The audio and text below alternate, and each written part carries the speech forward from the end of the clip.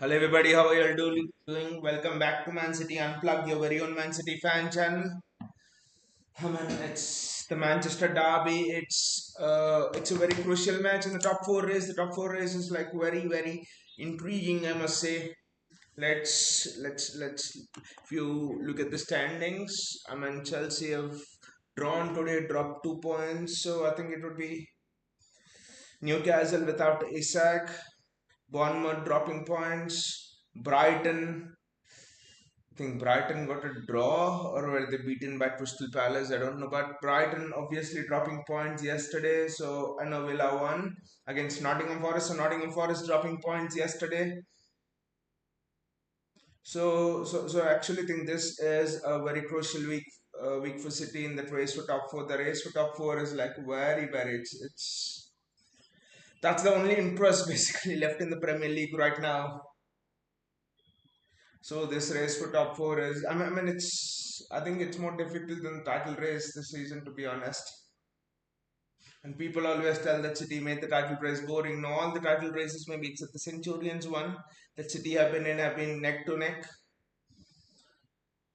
Arsenal last 2 seasons, Liverpool before that. I don't remember except the Centurion season where City have had it this easy in the title race like Liverpool have had it today.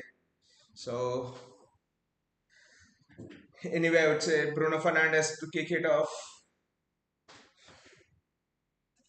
I'll have some of my hibiscus tea here. The dash of lemon.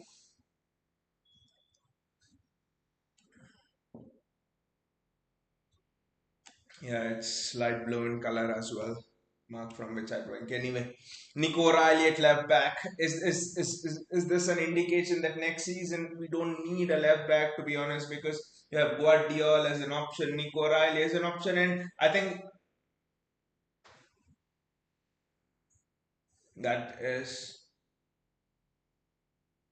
I think that is a foul by Kovacic, to be honest, on the edge of the box. That is a foul by Kovacic on the edge of the box. I think Garnacho is the one who's down.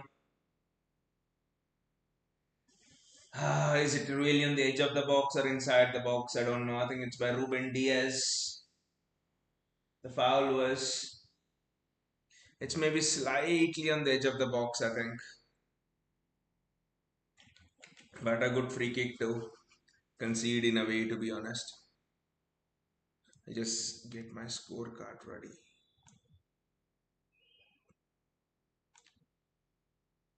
Yeah, there we have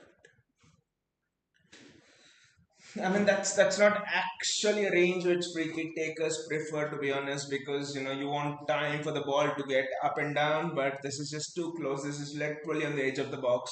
This is almost like that indirect penalty that they give, right? When you pass the ball back to the goalkeeper for back pass, they give it inside the box, but a wall is setting in between. Now this free kick for me is almost like you have a penalty, but a wall is there protecting it. That's this I would be, I mean, I don't want to jinx this, but I think this is not exactly the perfect spot for Bruno Fernandes, to be honest. If I'm free kick taker, I would want it to be a little bit more outside.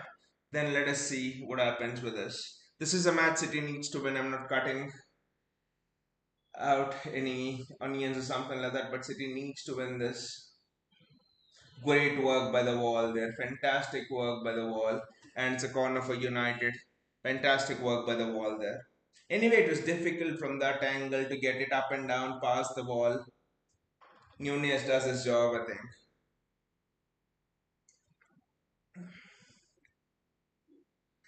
City with the corner. United are threat from set pieces. Lenny Yoro is there. That is well defended by Nico O'Reilly. This guy is a beast. He's a specimen in there, Nico O'Reilly. United dominating early position. Not bad for us, to be honest, because we've got Marmoush, we've got Kevin De Bruyne, you've got Phil Foden kind of thing to get in on that counter attack. I'm surprised that he's playing Foden, to be honest.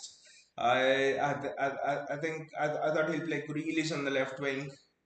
Again, this could just be a shift in thought process from Pep Guardiola, to be honest, because I think maybe Pep thinks Grealish is now my attacking midfielder, and I'll just play him in that central attacking midfield role. No more left wing and all that crap for Grealish. That is good because I, as City fans, we are searching for a Kevin De Bruyne replacement everywhere, literally. Who is it? Florian Wirtz? Will it be Xavi Simons? Will it be who could it be? Was it Cole Palmer that we let go? Uh, and all of those things. But I think Jack Grealish played for Villa there, and Jack Grealish for me has the vision. I mean, no one in the world can have the passing range of De Bruyne because for me he's in the top two, top three best attacking midfielders ever to have played football. But I think Grealish can do a job. I think for all of the people who think we are going to get a like for like Kevin De Bruyne replacement, I'm sorry, it's not going to happen. We have not got a like for like David Silva replacement, and we've been all right. We have never got a like for like Yaya Toure replacement, we have been all right. We have never got a like for like Company replacement, we have been all right. I think the next replacement will be the player who will cater well to the evolving game. Pep Guardiola never keeps his tactics same. There'll be an evolution next season in which player in the market is best suited for that evolution. I think Jack really has to be up there. Nico O'Reilly does extremely well. Look at that body positioning. Superb from Nico O'Reilly over there. Fantastic. Absolutely fantastic from Nico O'Reilly over there.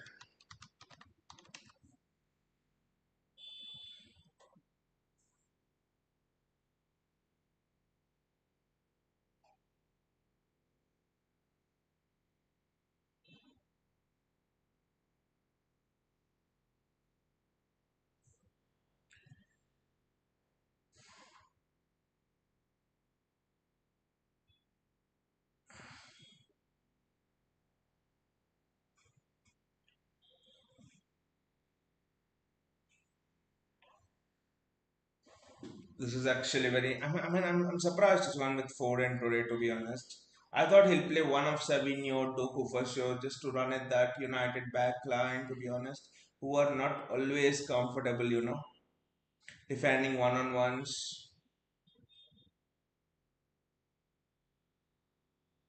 That is excellent from Omar Marmoush. What a touch! Kevin De Bruyne of yesteryear would have just found that pass.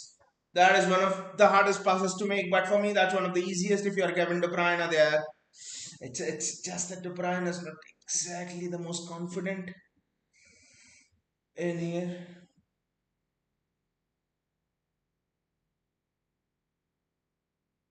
City are slowly regaining possession of the ball as they drink a hibiscus tea.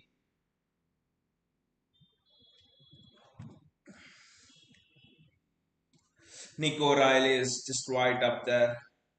We might have found a gem this season, whatever might have happened this season in Nico Riley. I think he is. I don't know if he's a future left back, a future attacking midfielder. Well, I think if you are a left back for City, you're also a midfielder for City because you spend most of your time in the midfield area. Kovacic does extremely well, very tidy and neat footwork there. That ball should have been a diagonal one across to O'Reilly. Instead, it's shaped much more straighter.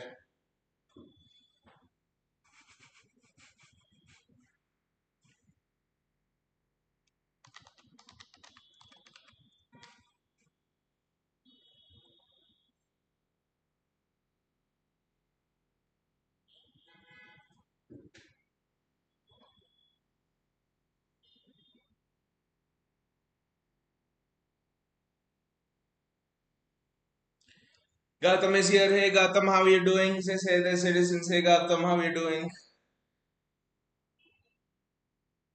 Omar Marmoush almost was chasing that. I mean,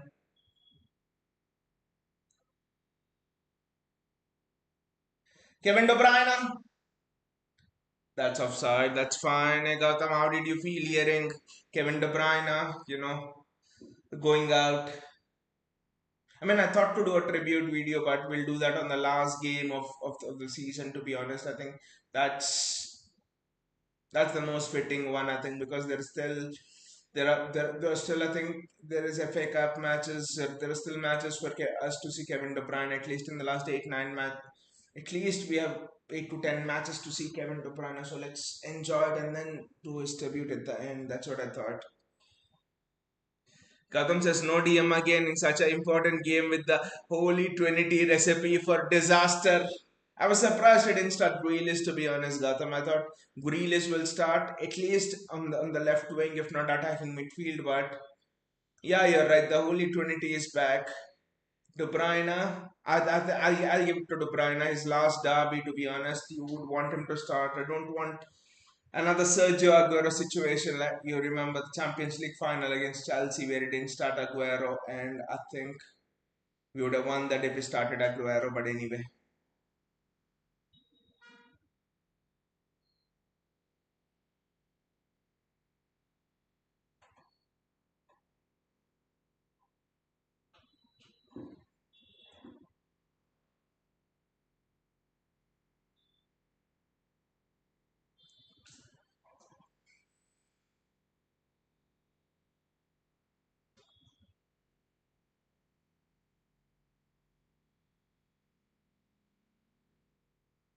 Nico Riley. Gautam says a part of me leaving with Etihad. Oh, Kevin De Bruyne. That tribute was just, I read the message and it was just superb. Ah, that was close from Phil Foden. Just cutting in beautifully from the right.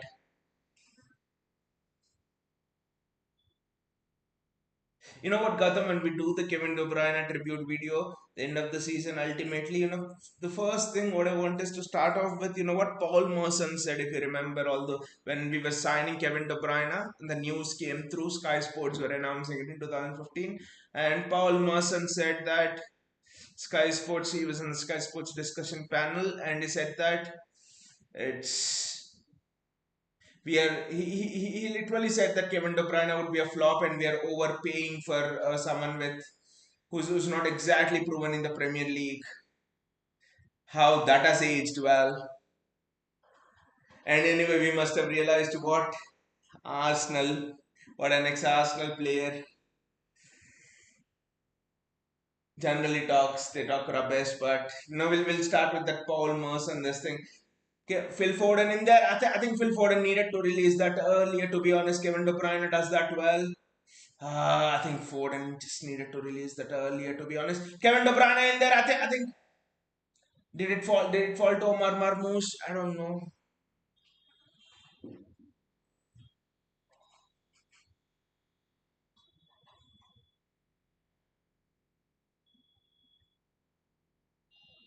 Phil Foden's down. To be honest, I don't know if he's injured or something, but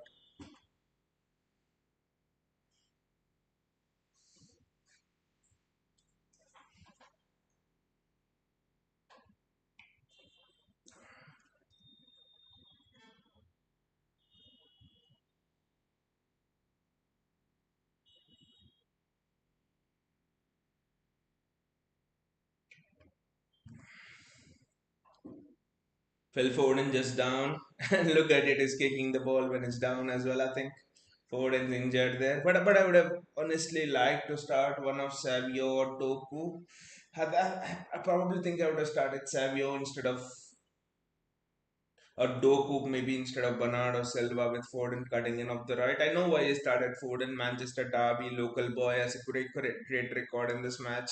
Last season, I remember, I think we were 1-0 down in a must-win game. Foden scores a long-range banger and then he scores another one and we won that match 3-1 with Haaland capping up the last goal. But Foden literally won the last season for us. When people blame Foden, I'm like, bro, he won you the trophy last season. He won you the trophy single-handedly.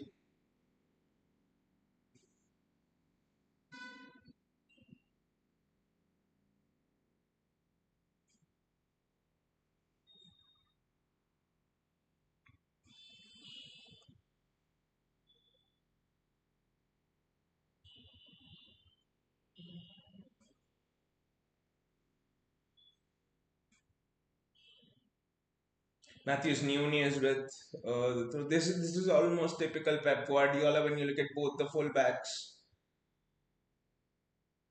Both are essentially midfielders, and then you have this season's best left back in the entire Premier League probably playing at centre back. This is just typical Pep Guardiola to say the least. Gautam says, but honestly speaking, now seeing Chelsea dropping points, we have a chance.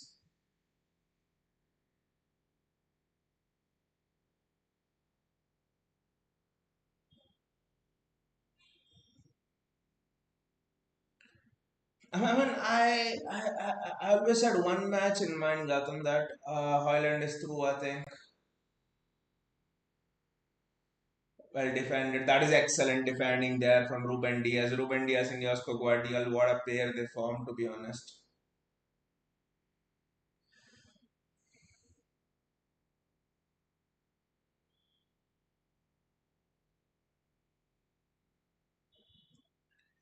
I always had that match of, Chelsea Newcastle in mind because both of the teams chasing top four. I think Chelsea has to play Newcastle. Chelsea also has to play Aston Villa, and I think Newcastle also has to play Aston Villa. So I think the one advantage always for City in this race has been we don't necessarily have to play. I think we play Villa and then that's it. We don't necessarily have to play other teams fighting for top four, top five places. To be honest, that's one advantage always which City had, and sort of Chelsea and Newcastle and Nottingham Forest in a way as well. Now that they have lost yesterday to Villa, it makes it more interesting. They can drop out of the top four race as well. What a ball from Nico Riley. What a ball that is from Nico Riley. What a ball that is from Nico Riley. Have you seen that, guys? What a ball that is from Nico Riley there. Just look at the ball is given there. That is wow. What a ball from Nico Riley that is. Erling Haaland will be sitting there and thinking, why don't they play those balls when I'm playing? Wow, what a ball that is from Nico Riley. Superb.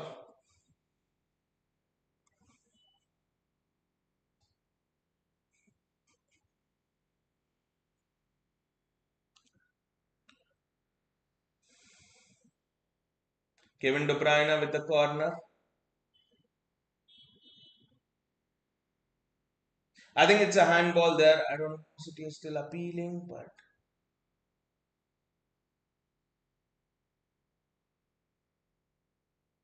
I think proximity will definitely come there into picture. But interesting appeal.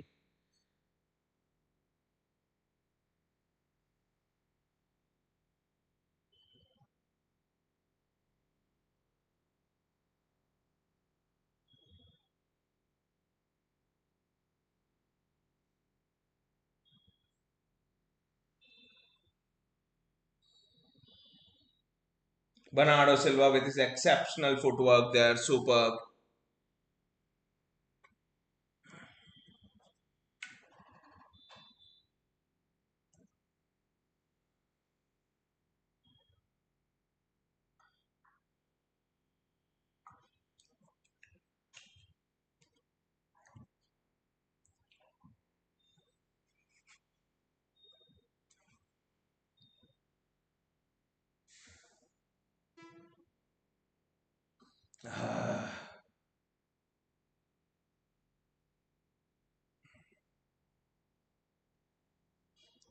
Gautam says now it's time for Bernardo, Gundo, and Stones to follow the trend.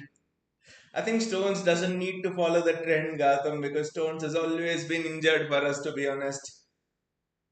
I mean, it's very strange with Stones. I think, if I'm not wrong, he joined us somewhere in 2016, that season. And since that season, it's a ball on the outside. I'll just come back to that point, but it's a ball on the outside. Bernardo Silva with some space. Kevin De Bruyne. I should have maybe tried to cross into the box, but anyway, yeah, Stones, since he's joined us in that 15-16 season, if I'm not wrong, he's been literally 10 years with us, and he's just played one complete season. Every season is missed matches 3-4 months at least with injuries. He's just played one complete season, and you look at what happened. We won the treble. He was bloody the best defender in the world. He invented a new position. He invented a new system. Just imagine what would just imagine what would it be if John Stones just remained fit generally in these 10 years. I think you'd be talking about someone like a back and buy or that in that sort of terms because the talent, everything's there with John Stones. Defensively very good. He has. enough pace. It's not slow, it's not too fast. He has enough pace. His reading of the game is superb that he does not need that pace, to be honest. What a take from Phil Ford and Kevin De Bruyne in there. Ah, just could not find Marmoush.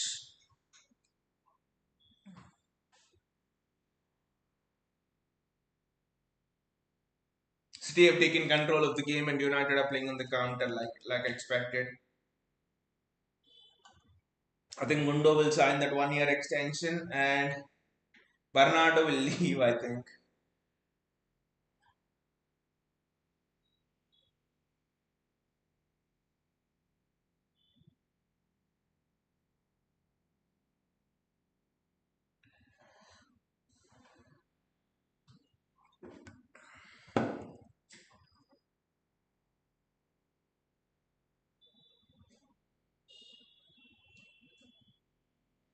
I think it's Alejandro Garnacho. We need to get close to him.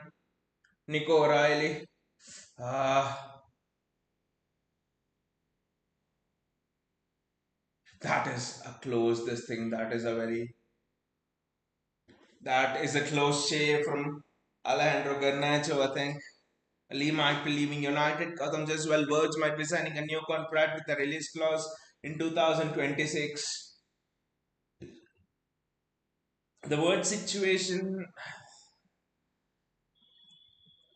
I still have a feeling, Gautam, that words will be headed to Real Madrid. I don't know why. I don't think he comes to City. So the question is, I mean, he can come after all. We did not expect Erling Haaland to come here, to be honest. So he might come, but I just have that feeling that he might maybe wait a year more, and then that release clause will have something related to Real Madrid in there, something like that. I don't know.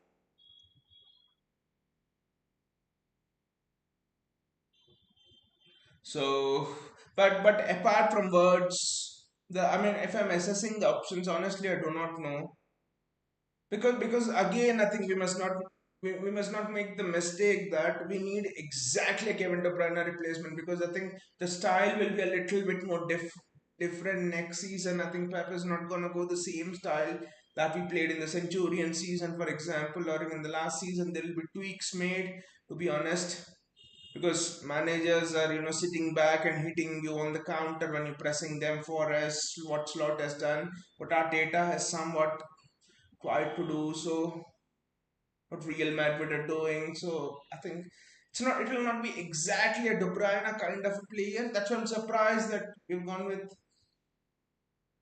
words so much. But again, other than words, who are our options? Xavi Simons might be one, but just don't think we're a fan of Xavi Simons as much. It's interesting. There's no one from the academy as well. I still have a strong feeling that Jack Grealish could be the one who's best suited for that role, to be honest. Again, fitness concerns for Jack. That is wonderful from Omar Marmoush. That is excellent from Omar Marmoush. Bruno Fernandes shouting like a donkey as usual.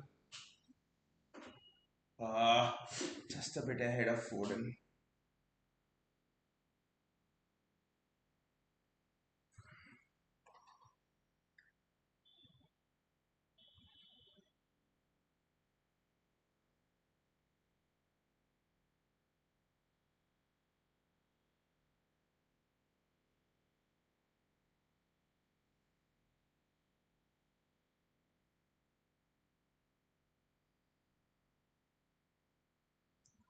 United players are falling down, but I don't know the reason why they are falling down there.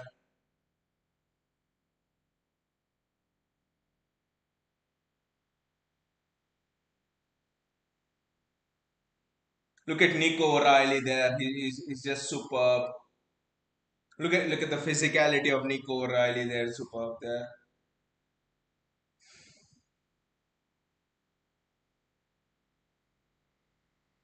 Bruno Fernandes.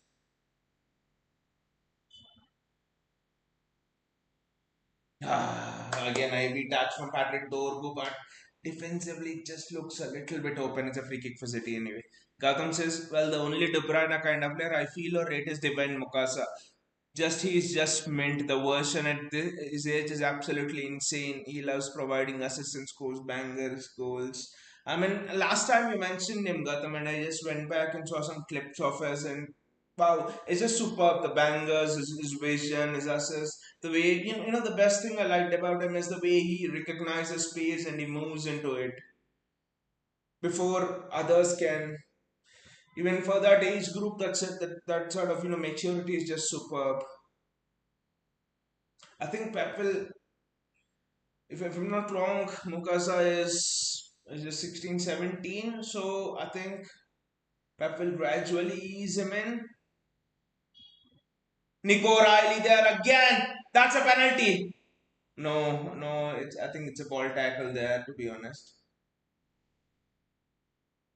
That's a free kick for United, but Nico Riley's Gautam says he still has a long way to go though, but mentality is still there. That's the important thing, Gautam. I was amazed by his recognition of space, to be honest, the way he moves into space before people even realize it is super. Because with Kevin De Bruyne, we always associate excellent vision, passing range, bangers, and all that. Yes, that is there, but you look at these great midfielders, be it De Bruyne, be it Silva, be it Zidane, everyone. The one common trait is the way they recognize the space 2 3 steps ahead of the markers, the defenders. That is the fantastic thing, and I see that in this guy.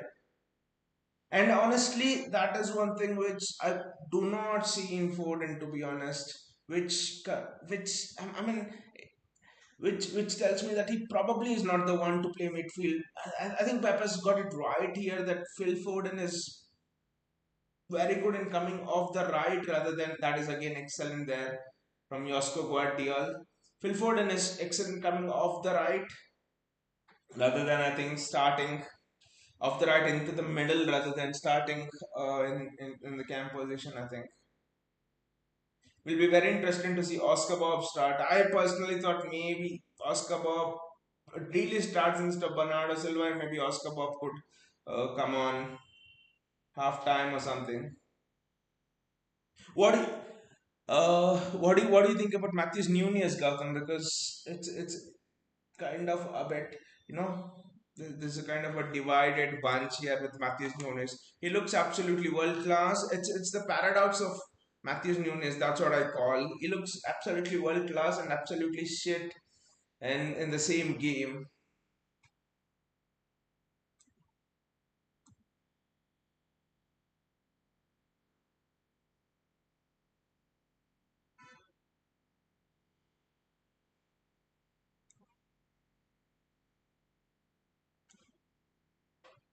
United again on the attack. This is not looking good for City defensively.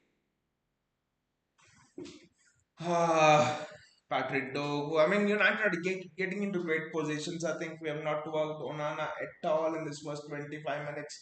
United are, I know, playing on the counter. I mean, one thing I'll say is City's recovery runs have been very good, to be honest. They've been exceptional. You might argue that we are open on the counter. I do agree with all of you guys, but our recovery runs, the recovery shape is good. You have players there. You're both your centre backs with Muniz recovering and O'Reilly also getting there.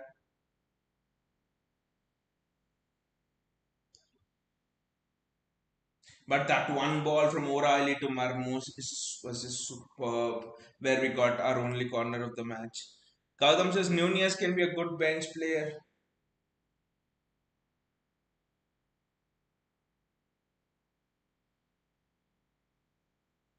You're right. You're right. He can be, but Gautam, I just think there's much more. Kovacic has lost the ball. The Holy Trinity has lost the ball. Gautam Kovacic has lost the ball. This is disastrous. But again, the recovery run has been very, very good here. The recovery run is superb again.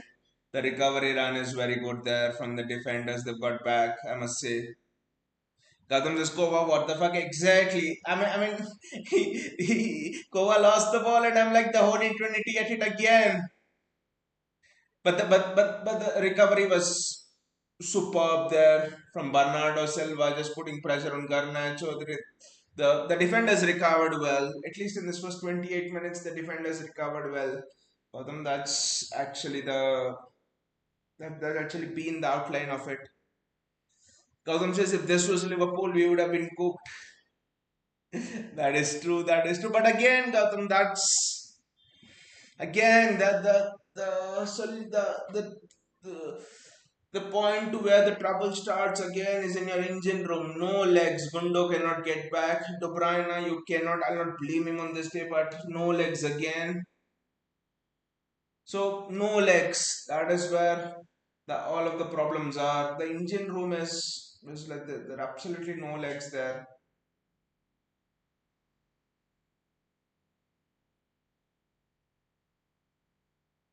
And by the way, Gautam, Liverpool have been cooked today by Fulham 3-2.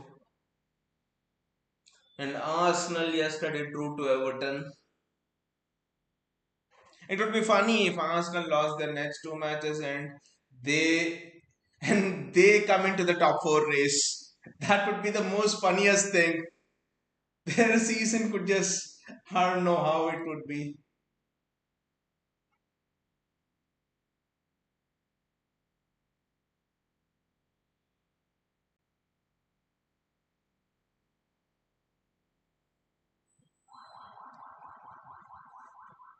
Bernardo Silva coming into the midfield. When Bernardo Silva comes into the midfield, you know that Pep is not happy with his options and how the engine room is moving.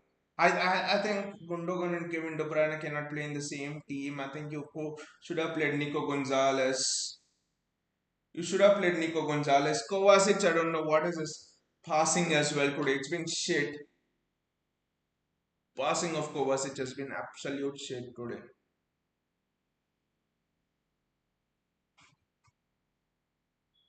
Kevin De Bruyne, that's a corner for City.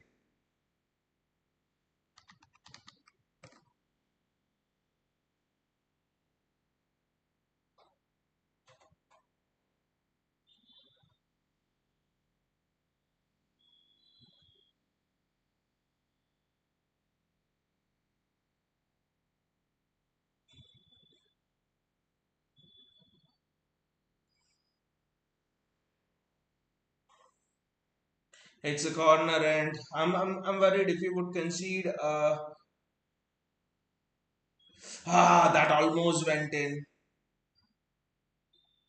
That almost went in there.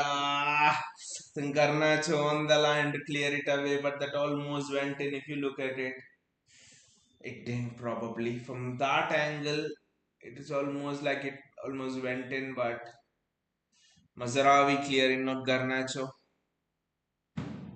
Gautam says, well, today I saw a tweet from Transfer News Football that City want to sign Danny Olmo. But why, Gautam? Why sign Danny Olmo? I think the only reason to sign Danny Olmo could be that John Stones, Johnny Baldus is feeling alone and you want someone to give him company. Danny Olmo is very injury prone. His injury record is very bad. Even when he was in Leipzig, his injury record is bad. I think the concern with Daniel, I mean, seeing in Euros, I think it was sort of in the Euros, right? The season when at the beginning of the season when the Daniel news came through, and I thought City was certain to sign him, but my only concern was injury problems.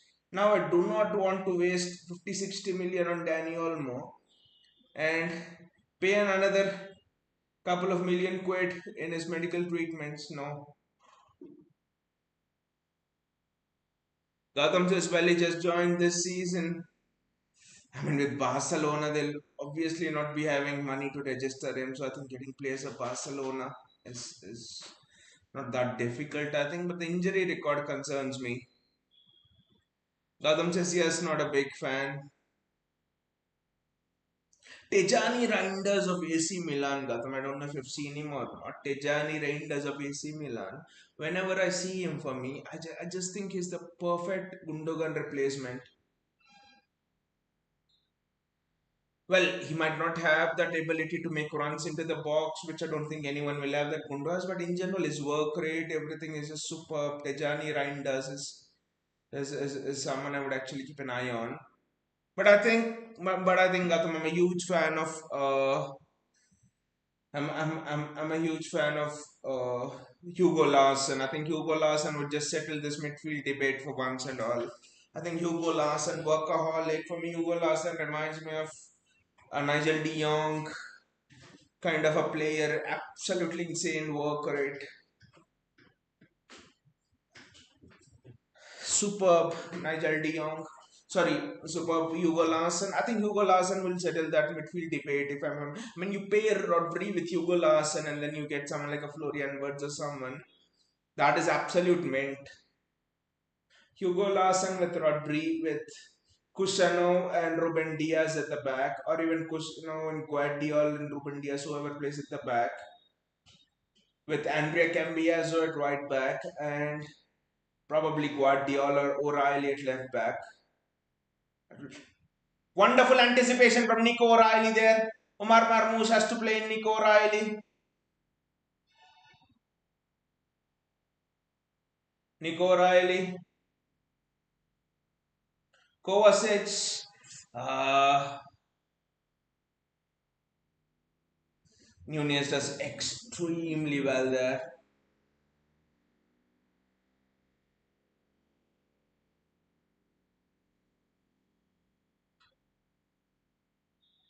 I think Matthews Nunes has all the potential to be the next James Milner. To be honest, I think he can play attacking midfield, he can play defensive midfield, he can play box to box. Of course, this is his original position. He can play right back, he can play left back.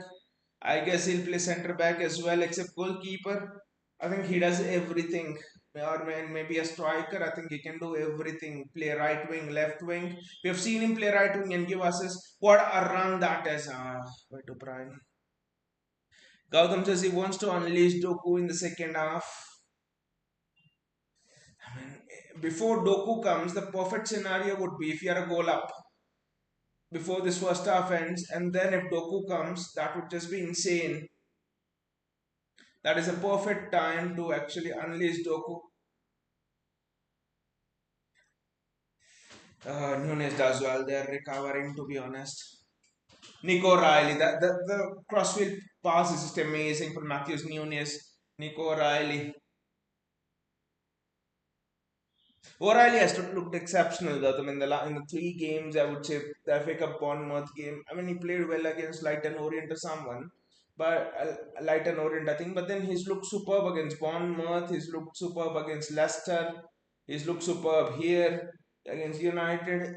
I mean, someone who doesn't watch football regularly and he watches Nico O'Reilly, he'll think that he's an accomplished left back playing there for ages.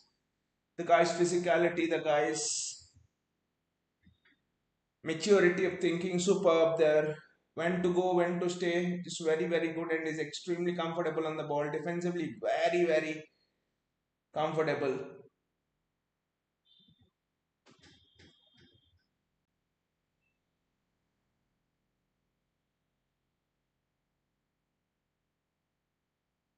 I mean, with Pep Guardiola, it's almost like you take a kid from the academy and give him, and you just do not know what position the kid will play. Well, you give an attacking midfielder to Pep Guardiola, you play left back. It's almost like you pass out from your college with an engineering degree, with a civil engineering degree, for example, and Pep Guardiola could make you a computer science engineer. In fact, Pep Guardiola could make you a doctor. That's how good. I mean, that's that's what Pep Guardiola does to players, and that is so underrated.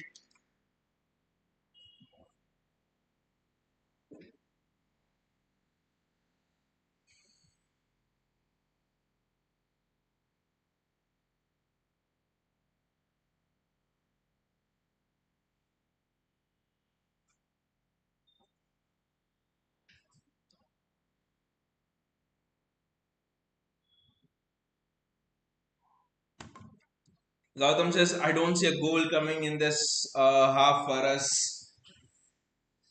I don't know, Gautam. I have a strange feeling that we would just score in this last sort of 5-7 minutes. Towards the end, we'll just score. I have this funny feeling somehow. I don't know why, but Gautam says, well, Texiki has signed 1 month contract extension. We will have two. This will be the most insane transfer window I think could be ever in club football history, with two of potentially the best transfer directors teaming up together for the best. Ah, that was close. That was close from Gundo. That was very close from Gundo. Space opened up there. That was very close from Gundo. So it's insane, Gatam, because we have potentially the two best transfer directors ever in club football history teaming up together for the greatest manager in world football to find a replacement for the greatest midfielder that has potentially played in the Premier League. You look at how many times I've used the word great, great, great here. That's how insane this Josko Guardiola committing himself early there.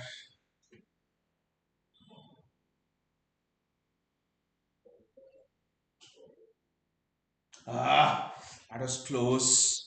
That was very close, but Edison grasps it well.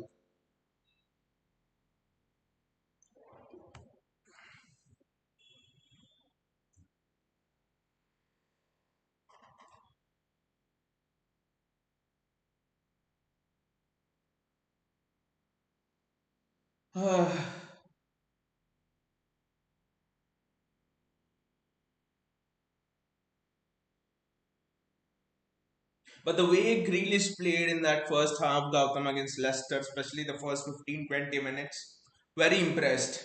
Wow, what a player. I mean, the speed of passing, movement, everything super from Grealish.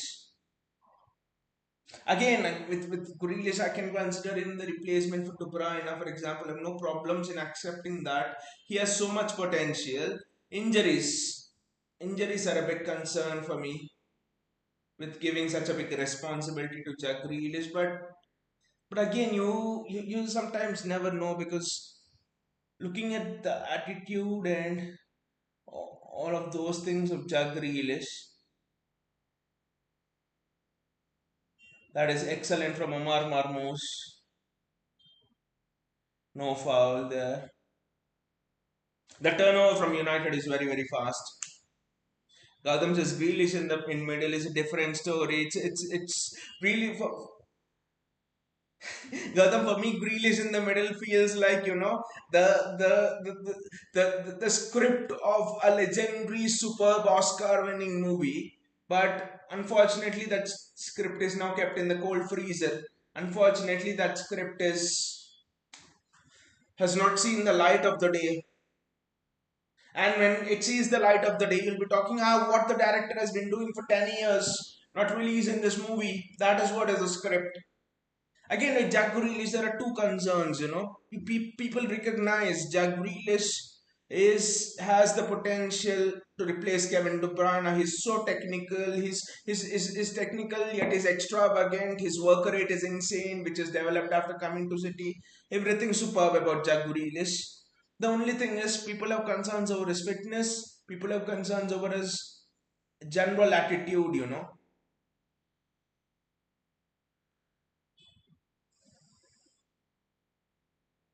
Is people think he's a bit more people think that he's a bit little bit more chilled out to be in that Kevin De Bruyne sort of a role. Kevin De Bruyne, look at him sprint there, look at him running there. Again, tried to put in a straight mark outside of the boot crosses, but just didn't happen to him. Excellent touch from Nico O'Reilly. This guy doesn't even need a first touch. The first touch is a pass.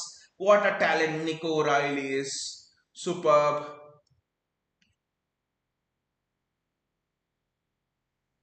So those are the two concerns, Gautam, about Jack Grealish. But for me, Jack Grealish, sometimes you give players responsibility and they just turn out to be something else. To be honest, and they just improve themselves and they turn out and they just make themselves world class once they're put in with responsibility. I somehow feel Jack Grealish would be in that sort of a mold. To be honest.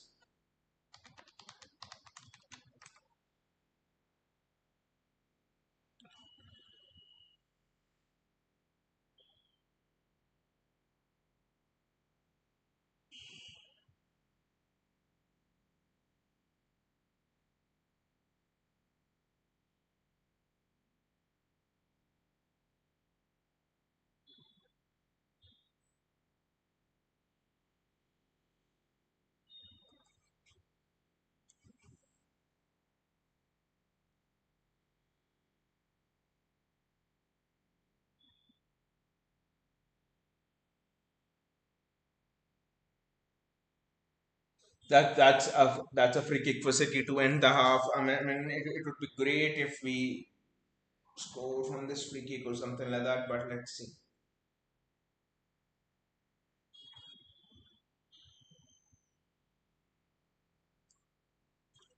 It's sort of been a less.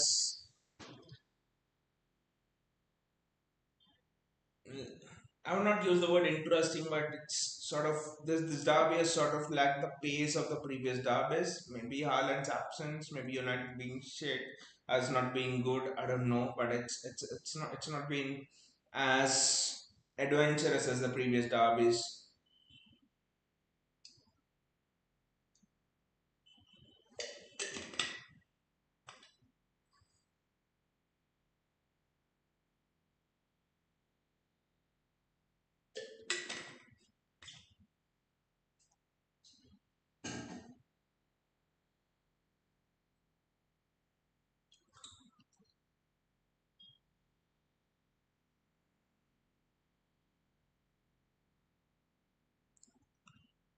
Gotham says, well, if this ends in a draw, we'll be cursing ourselves big time.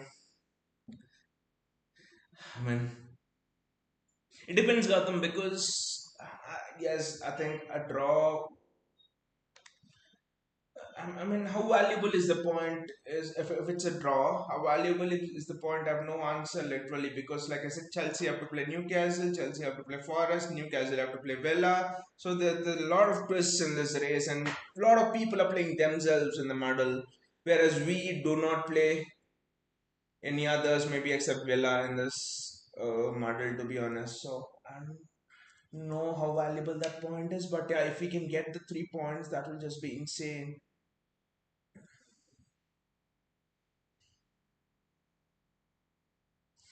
Like you said, Gautam, it's gonna end. Nil-nil.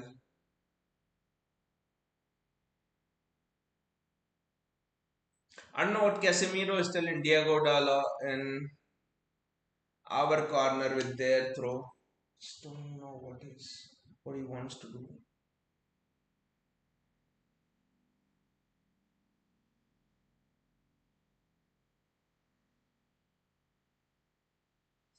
I probably think that should be that for this half. No stoppages, nothing. I don't know why he's given him 2 minutes of extra time, to be honest. One last attack for City. Can Kevin De Bruyne put it through? And the referee's blown the whistle. It's a nil-nil. Gautam says Fulham won against Liverpool today. They're eighth now at 47 points, just 2 wins away. I mean, Gautam, I've noticed this. Fulham, Bournemouth, Forest, these teams. I think Villa will also be in that because the Champions League they just dropped off now. I think Bournemouth, you can see the tiredness coming in, and they're just not able to play well. Clivert out for them, injuries catching them up. These teams are beginning to realize who are chasing. They're beginning to realize that the last lap is not gonna be easy. The last lap is where you have this sprinter who's sorry, you have this marathon runner who is like almost is not in the first at the until the last lap, and he begins accelerating in the last lane, last lap. I think these small teams are realizing that. Fulham beat Liverpool because Liverpool are much more tired than Fulham. Literally, Gautam, if City were behind Liverpool, we would have chased Liverpool down. There's no question about it. No one, the fact that no one's applied pressure on Liverpool and Arsenal fans thinking this is one of their successful seasons. I'm like, you could have easily, if Arsenal applied the same pressure that they did to City last 2 years in a row, they would have chased Liverpool down. There's no question about it.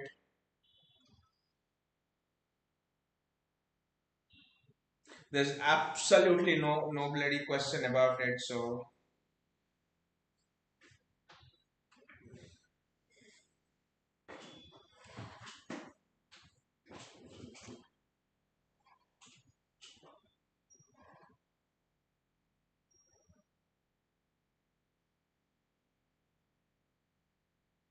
it's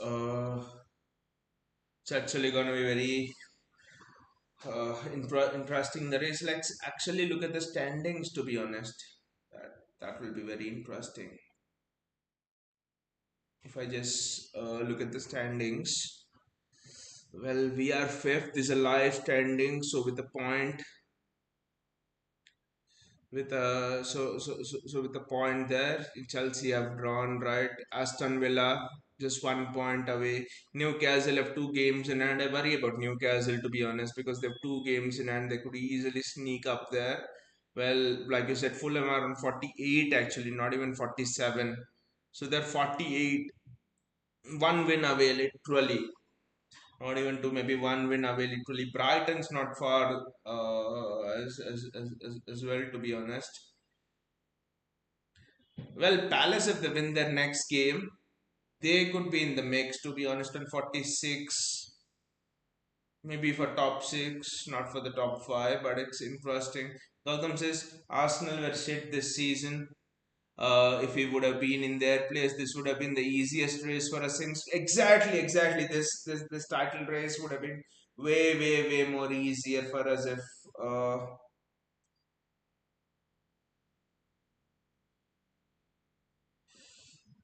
if Rodri was not out, we win this title. To be honest, that's how this is. If Rodri was not out for the season, we would have been very close because 73 points. I mean, there was a moment when I was worried Liverpool would break our Centurions record. They would win the quadruple and do everything. And right now, they're out of all the competitions, just the Premier League title, and the, and what's the most they can reach? 7 3s is 21, so 73, 83, and they can reach 94. I think they'll end on 86, 87 maybe.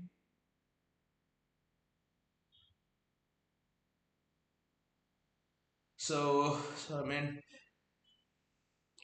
mean, not Nottingham Forest. Yeah, I mean, if we win this match, we'll go to 54, and yes, it will be a big advantage for us, obviously, when we win this match. But for me, the thing is, I look at these Newcastle fixtures. I look at the Newcastle fixtures here. I don't know why it's not given, but yeah. Anyway, let's look at the Newcastle fixtures here, right? Yeah, Newcastle play Leicester. You could maybe think that's an easy win, though you never know. Newcastle play United away. You never know in that. Newcastle play Palace. Newcastle play United at home. You do not know. Newcastle play Crystal Palace at home. Palace is again difficult for me. They are in exceptional form. Aston Villa, Newcastle, again them taking points of each other. This will be easy for them. Newcastle, Ipswich, Brighton, Newcastle, again two teams competing for the top five spots, taking points of each other. Newcastle, Chelsea, again the same thing. Arsenal, Newcastle will be close. So I think Newcastle, even though they have 2 points, I mean 2 matches in hand. If I look at all of these fixtures for Newcastle, it's difficult. I think. And vice versa, if we look at the Chelsea fixtures, it's gonna be interesting again.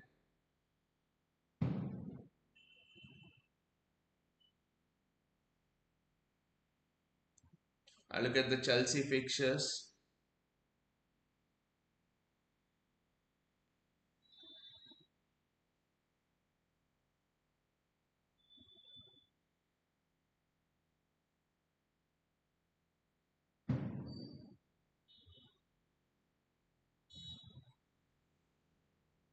I look at the Chelsea fixtures and look at it. I don't know, Liga, Warsaw, that could be easy, but Ipswich is easy for them. Fulham, Chelsea, again, this is what I'm saying. Yes, Fulham are a win away from us, but Fulham play Chelsea.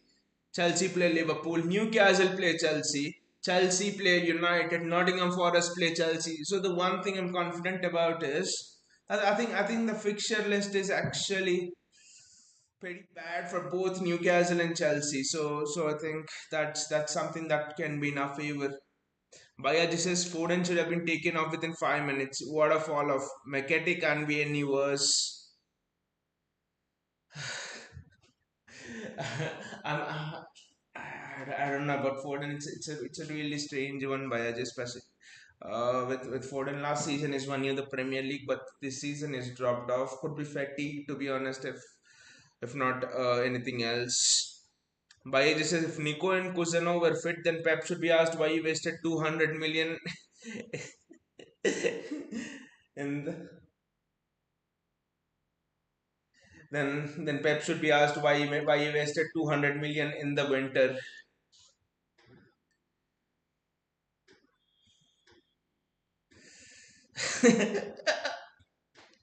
And that too he's playing. I think the perfect thing would be Kovacic, Nico Gonzalez, and De Bruyne. I think we have discussed it a lot of times that both Kevin De Bruyne and Ilkay Gundogan cannot play in the same team. To be honest,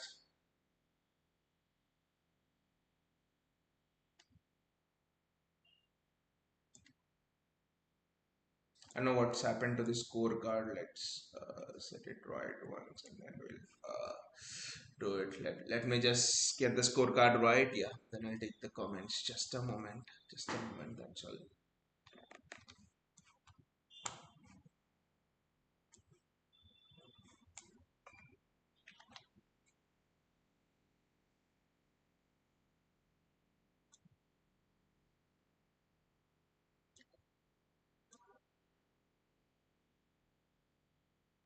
I don't know what's happened to the scorecard, so let's just remove it for a while. Why this is Everton away will be a tough nut to crack, and Palace at home too. I think Palace at home. I think I mean the interesting thing is the timing with both those matches. Bayaji, if you look at it, because Palace at home they will be concentrating on that FA Cup semi-final to Wembley. I think that is when the timings are. Palace at home, and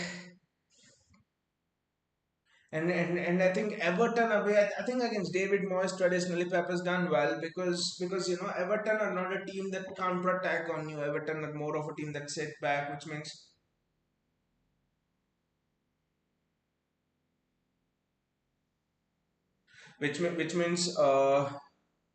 I'm sorry, I was watching the IPL match and the ball went so high in the air that it almost hit the roof. And I'm like, oh, was it a catch or was it something else? No. So for me, Everton away, I'm cool with it. Everton away because they sit back and we're very good when we have the ball.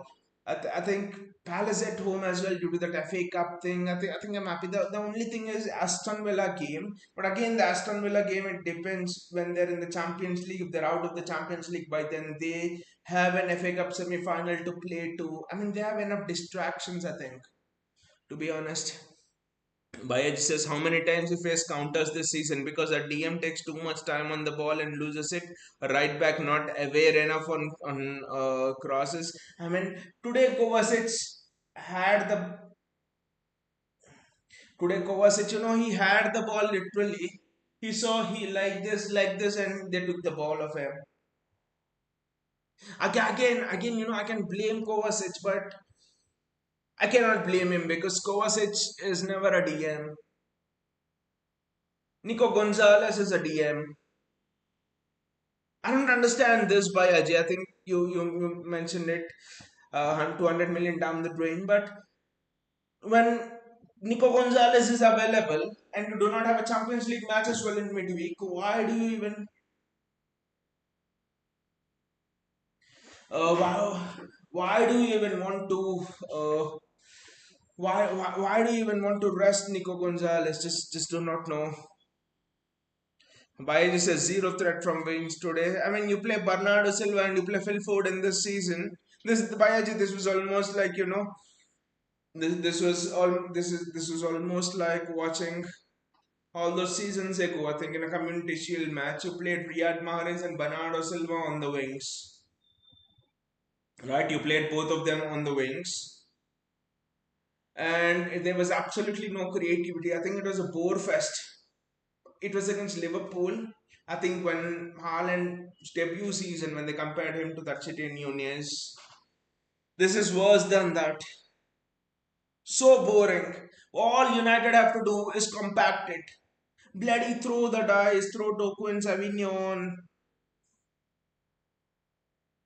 Gautam says Pep has lost it. All I can say.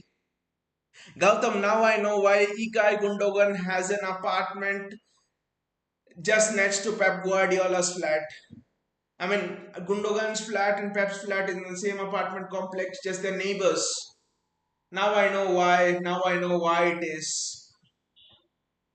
Now I know why it is.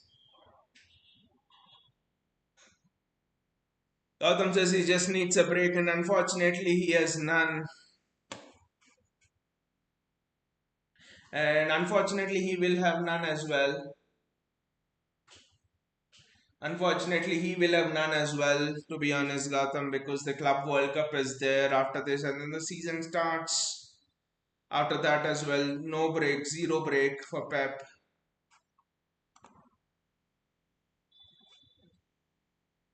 Bayaji says, at least please don't lose this because all it takes is one mistake from us, especially this season. The last derby, you remember, Bayaji, at the Etihad, we were 1-0 up, cruising. Guardiola header. Matthews Nunes makes a simple mistake. Matthews Nunes makes a simple mistake.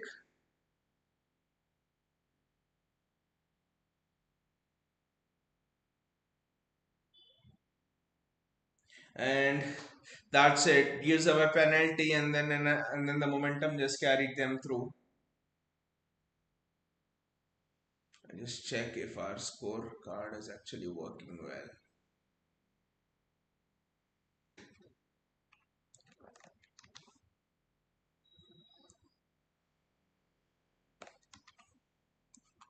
Baiji says, don't know what Pep and Lilo always discuss about when there's no visible change in the game.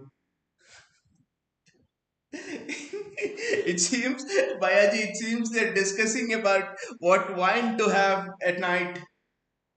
What food are you cooking, Lilo? Now my wife has left me. Why don't you come and cook in my house? Lilo says that my wife will not let me in my house. I think that's what they're always discussing.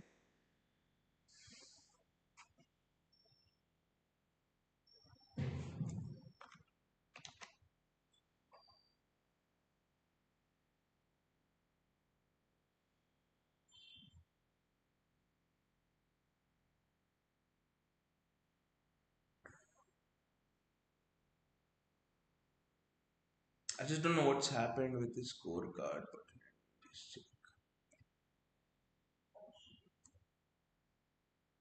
yes, that is what was happening with the scorecard. Yes, now it's all right. Yes, now it's perfect. I think the scorecard as well. Yes. Bayaji says Nunez always has a mistake in him. Never at City level. Play Kushano at right back. At least defense will be better. Bayaji, I don't know why with Matthews Nunez. It just reminds me of Jesus Navas in his first season. Jesus Navas in his first season under Pep when Pep turned him into a right back. He had a mistake in him, but then he also looked world class for large parts. I mean, with Kyle Walker as well, Walker was world class, but I'm not comparing Walker to Nunez here, but Walker was world class, but Walker also had, but Walker also had a mistake in him, and I think gradually, as Walker played under Pep, he ironed out that loss of concentration and stuff. So I actually think Nunes has the chance to be world class. I would like to see at the right back position. Because honestly, that's the only position I can see him play.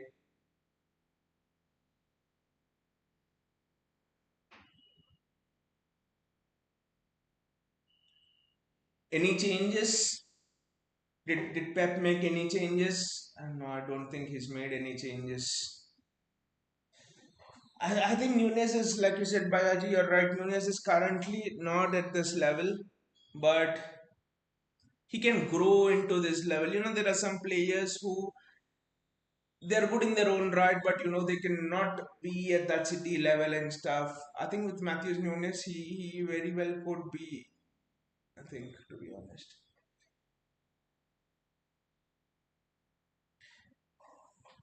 Edison does well there.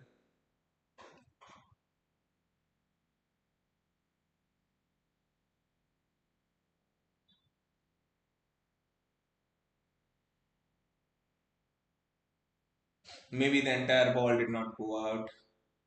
I don't think we'll be debating with VR when the goalkeeper has spotted it, the entire ball go out or not. That is wonderful there from Ruben Diaz. Excellent there. This is wonderful. Ilkay Gundogan has to move fast a bit more quickly there, move forward a bit more quickly there.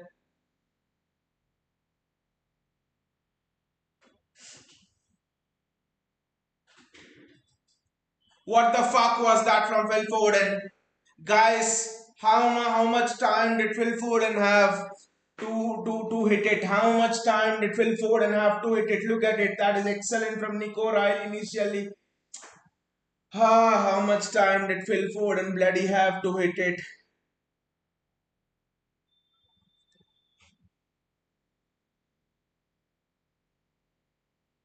And what did he bloody do?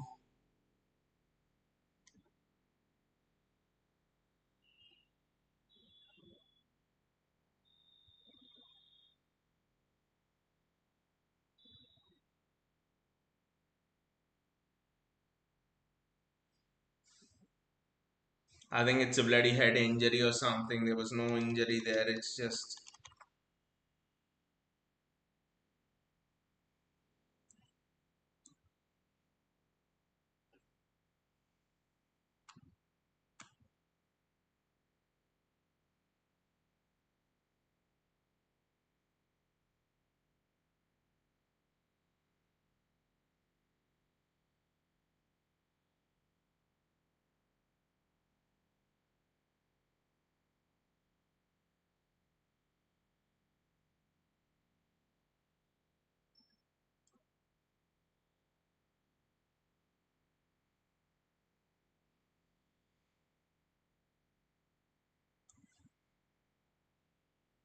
City have started this half well.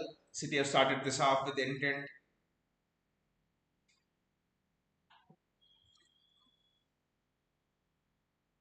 De Bruyne on the front foot. That is something which is very very interesting.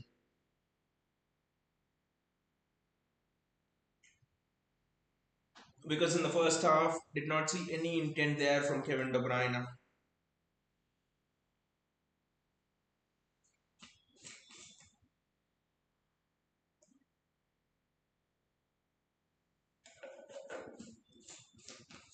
De Bruyne again progressing with the ball.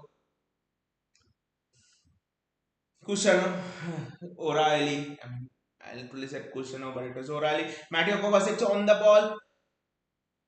Wonderful from Marmoush. Nick O'Reilly. O'Reilly just put a ball in.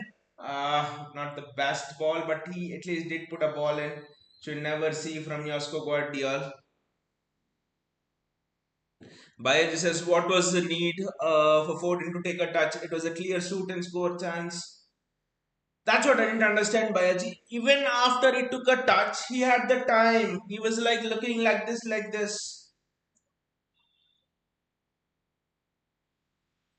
Foden just taking too much time on the ball, bloody hell. Just removing guys. Foden just taking too much bloody time on the ball.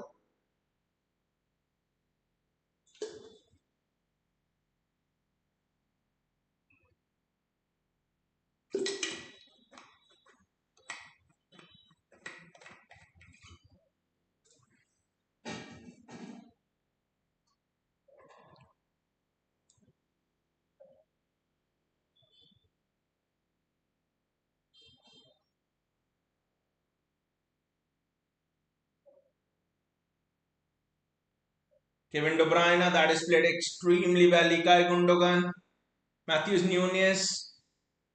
Problem is Nunes cannot play that forward pass. City have to go back. Ah! Nunes with the mistake, but that is a should have been a free kick for City. I just don't know why they have not given that as a free kick for City. Patrick Dogu.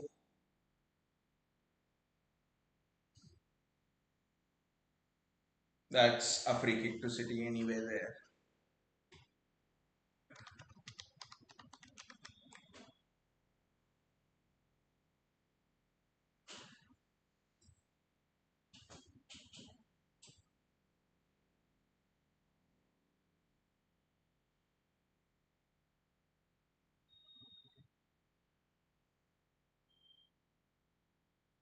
City are playing out from the back well.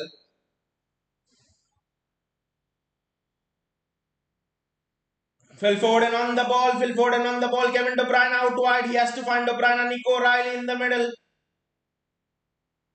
Ah, De Bruyne just cut it there.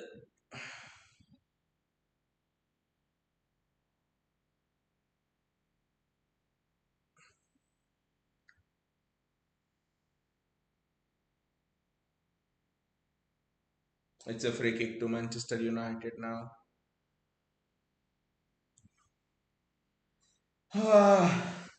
The derby is just kicking up and it's running right now. The first half was a bit tame.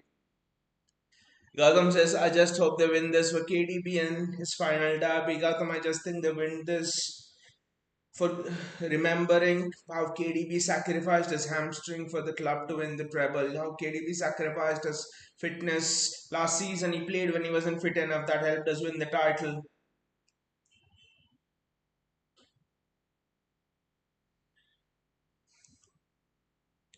Gautam says, come on, City. One goal in the next 10 minutes. Gautam, after a long time, please bring in your attacking bliss. That is an excellent take from Ederson. Kevin De Bruyne strolling with the ball. Omar Marmoush.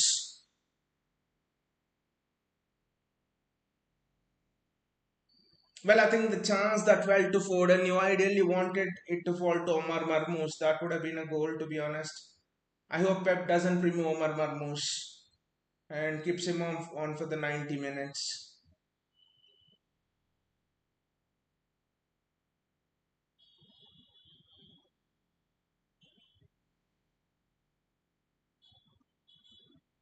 Ugarte with Ruben Diaz. Who the fuck does Ugarte think he is, to be honest?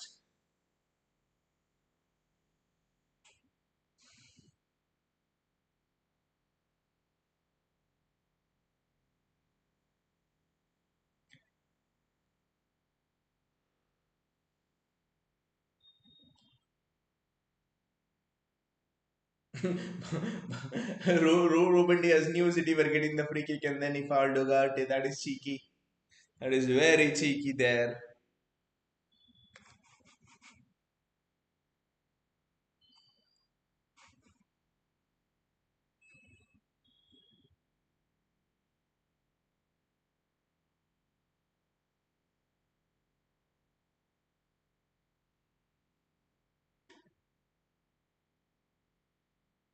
Gautam says, I do hope they get my bless.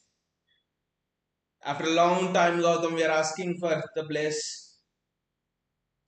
Nico Riley almost got the bless there. Ah, I just hope that chance of Foden fell to Marmoush, to be honest. But look at Nico Riley. He's such a threat on set piece. He's superb.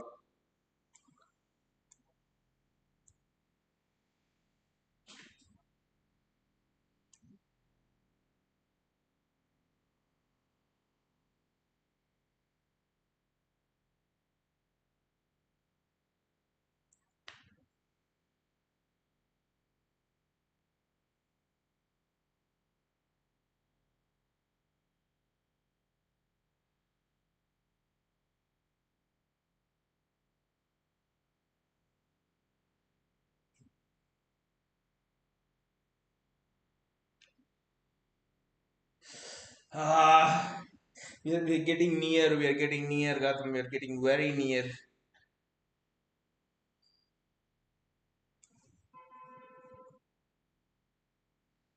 Yeah, here comes the man with the bliss. Here comes the man with the bliss. Guys, here comes the man with the bliss.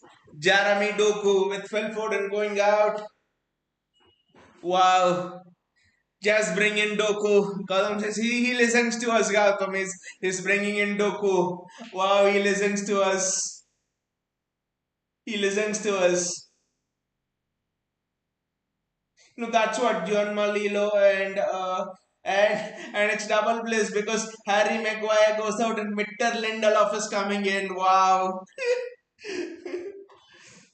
To be honest, Harry Maguire's defense this season defending has been a bit underrated. It's generally been good this season for United in what has been a shitty season for them. Lindelof comes in.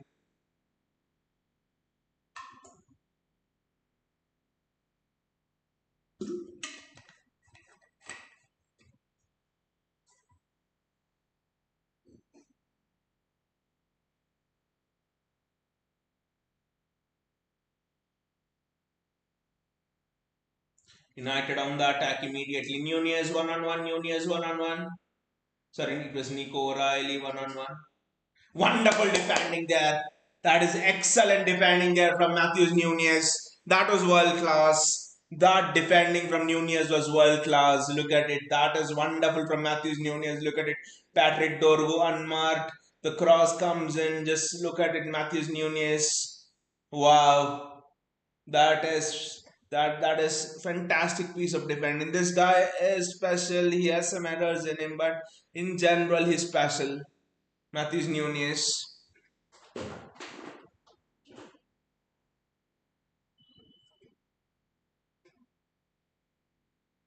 That is good defending there from Nico O'Reilly.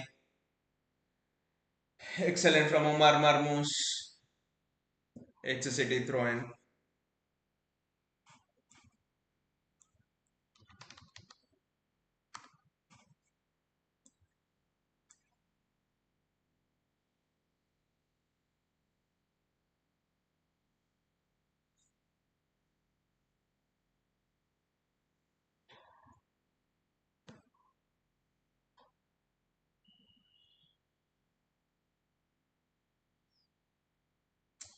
I mean, we are not able to get those attacking patterns too, to be honest. Nunez. That is excellent again. The defending from Matthews Nunez is just superb. Just look at it.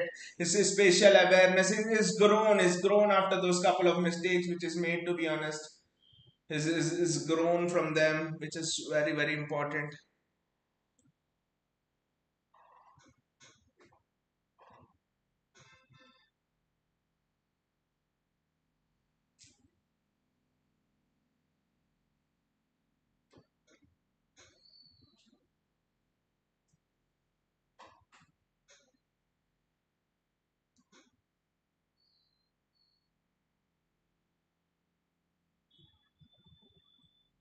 Almost, that's a bad touch from Marmoush there. That's just a bad touch from Marmoush, to be honest.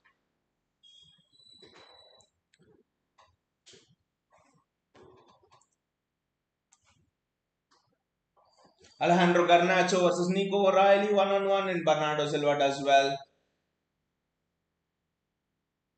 The shape and the positioning from O'Reilly was also good, which allowed Bernardo Silva to come back and recover. Special talent, guys. These guys, Nico O'Reilly there. Nunez as well. Really impressed by his reading of the defensive situation today. Our defense has been very good. The midfield, Marmoush has been making those runs as well. The attack has been shit, I would say. To Bruyne, okay, according to standards, not up to the level, but Phil Foden's been extreme shit. Like Bayaji said, I think it was Gautam who said that to bring him off 5 minutes, but we lose the ball here anyway. Where are the recovering runners there? Where are the recovering runners?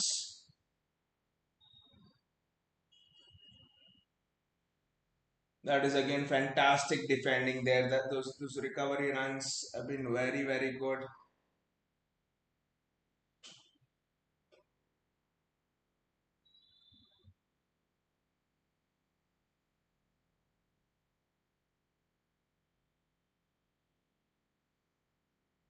Wonderful from Nico O'Reilly. The defending has been world class today.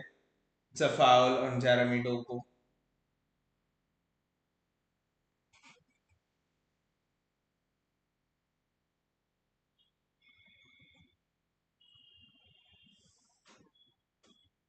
They're showing the reach.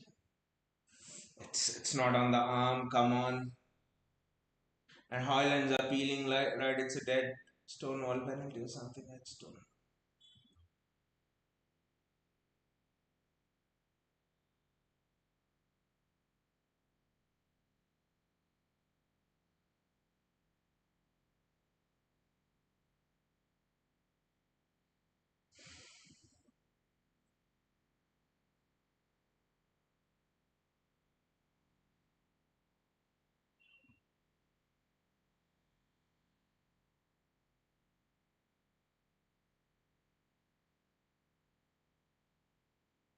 That's a foul and that's a free kick for City.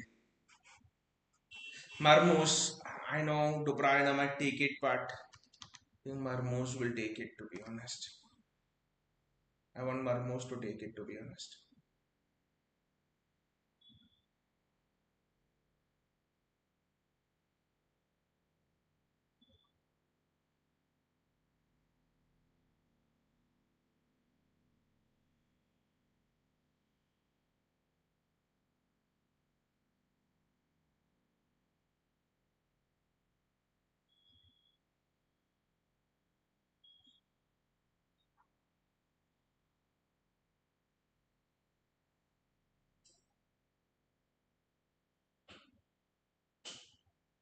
I think Marmoush is placing the ball. I think Marmoush is the one who will take it to be honest.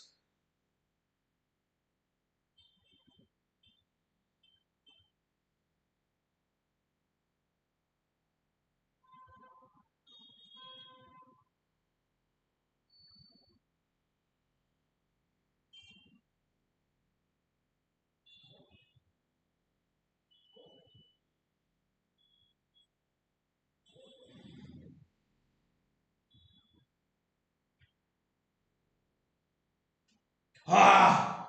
Superb free kick and a good save from Onana, but it's a superb free kick.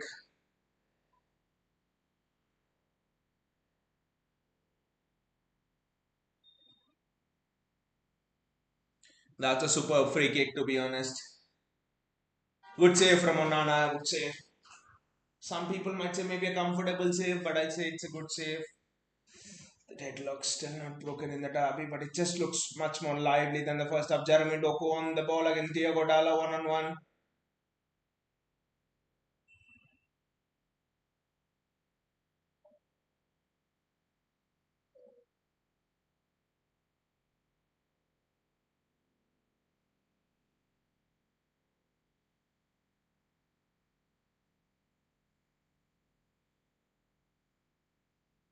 There was a pass on to Matthews Nunes. He's ignored that and he's played the difficult one to Doku, which Doku controls extremely well.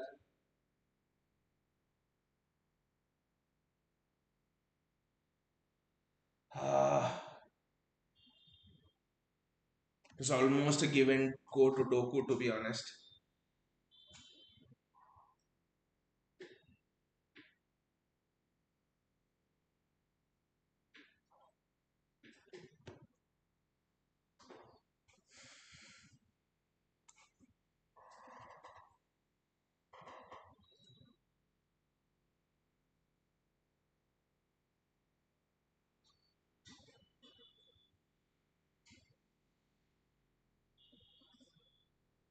Jeremy Doku being held by Dallo there, but Doku does extremely well.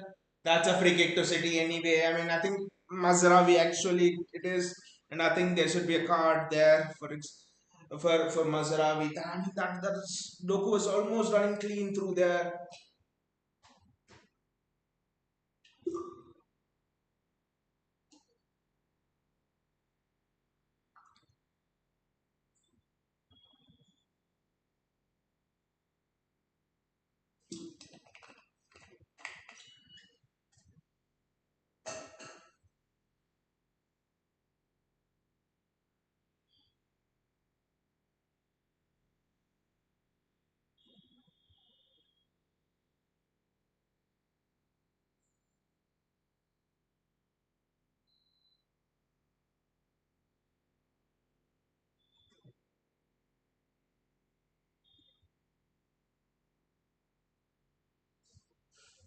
I mean, Doku has already got two yellow cards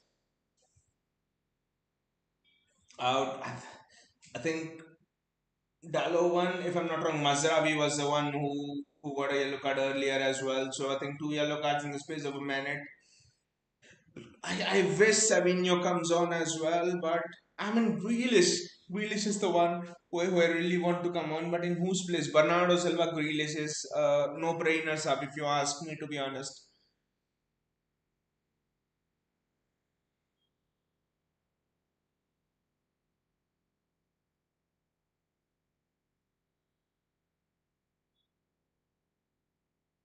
Ah,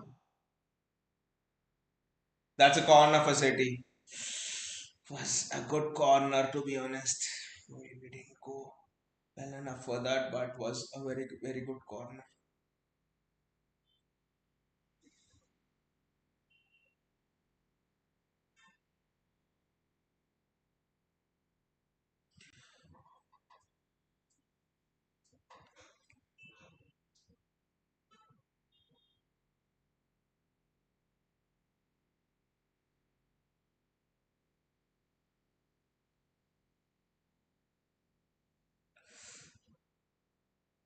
Ah,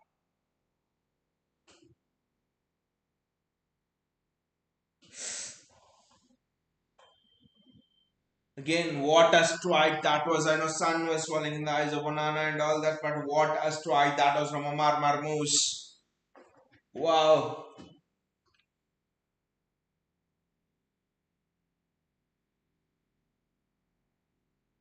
Maybe O'Reilly would have been offside, I don't know, but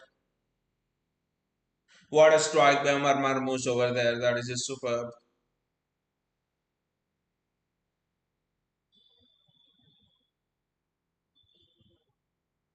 Well, Zirkzee is coming on, I think, in place of Rasmus Højlund, who's been shit, and United fans had the audacity to compare it to Erling Haaland when he came on,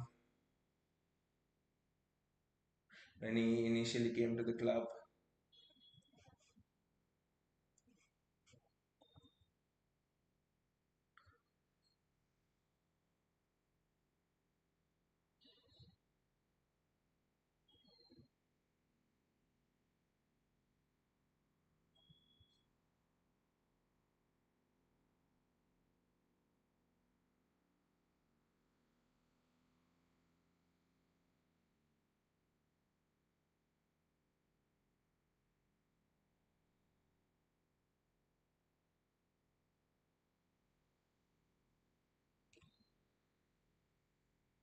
Gautam says, I think one change they should make in league competitions is add penalties without extra time at the end of 90 minutes, no draws. It will make the game very. I thought, that almost went in there. Ah, that almost went in there from United. I thought a couple of, I think it was Manuel Ugarte, a couple of deflections. Actually, there was no deflection there. I think Ugarte was looking for a deflection. There was none. It was well wide. Someone's coffee would have almost spilled there. It's brave of you to almost stand there behind the goal sipping your coffee.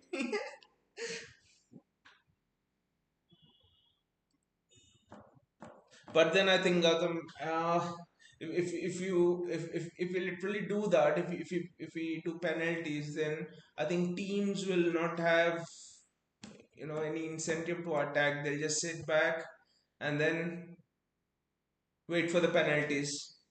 What's an incentive for a team to attack? I think they'll just sit back and then they'll wait for the penalties. I think.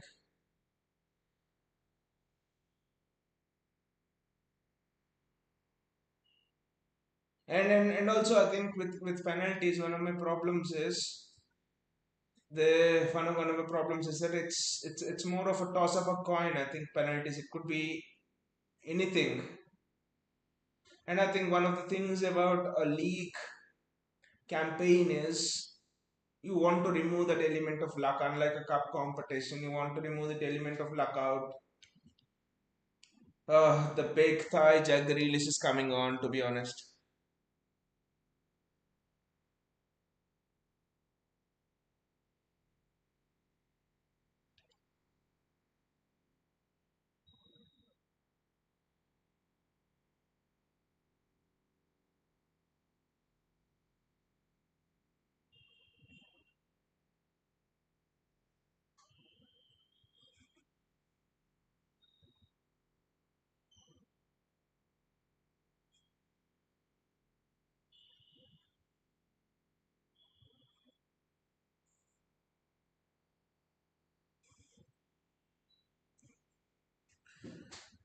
Jack Grealish comes on. Now here is where the game gets interesting because this is the lineup all of us literally wanted. At least the majority of us, that Doku plays on one side and Grealish on one side. I know why he started Foden, but considering Foden was out of form, this is what we really wanted with De Bruyne. Probably Nico Gonzalez is the only one missing.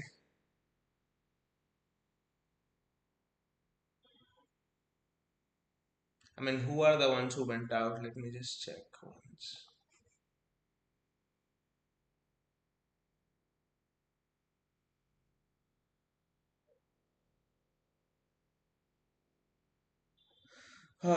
Interesting. Rico Lewis is also coming in. This is interesting. Ragam says, anyways, when a team decides to play a draw, they sit back and play on counters. That is also true. But then I think the main argument from my side would be removing that element of luck. That's the only thing. Oh my god, Rico Lewis is. Oh my god, Rico Lewis is coming on. So could be Nunez left back, Rico Lewis right back, Jack Grealish. Wow, what a game by Nico O'Reilly. Anyway, great game. Gautam says, I know luck factor will be there, but imagine a Southampton beating. Yes, it will just, Gautam, it would be Premier League on steroids. It would be Premier League, exactly. It would be Premier League on a literally fast lane. Every game you'll have some or the other results. It would just be something else. It would be absolutely something else. If there are penalties, you'll not be surprised if someone like a United are relegated.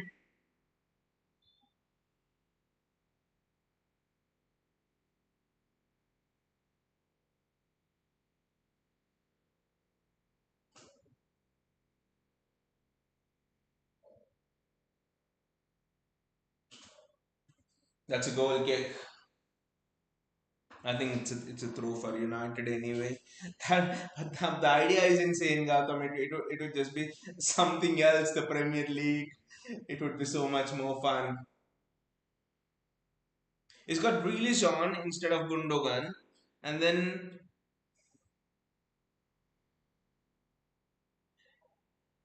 he's got Rico Lewis who's playing at left back.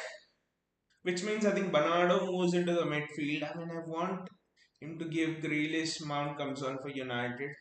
Maybe he came on a little bit earlier, I didn't notice, but I want Grealish to play. I think Grealish is actually playing in that midfield role, which is very, very good. Look at it. He's playing between. He's almost. Yeah, I think this is interesting. He's playing both De Bruyne and Grealish as two attacking midfielders. Gautam says Arsenal, Man United, and Tottenham fighting for relegation, and Southampton, Wolves, Leicester playing for title and top. That would just be insane. That would just be out of this world, Gautam. But it's very interesting here. Is playing both Grealish and De Bruyne as your attacking midfielders.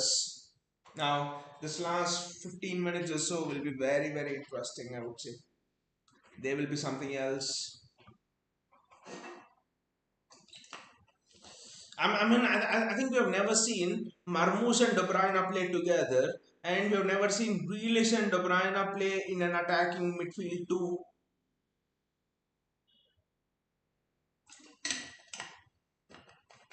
My only worry now is Kovacic holding it holding the entire midfield on his own. That is my only worry.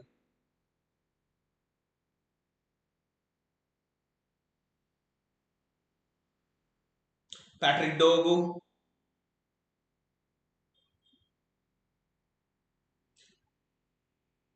what a block there!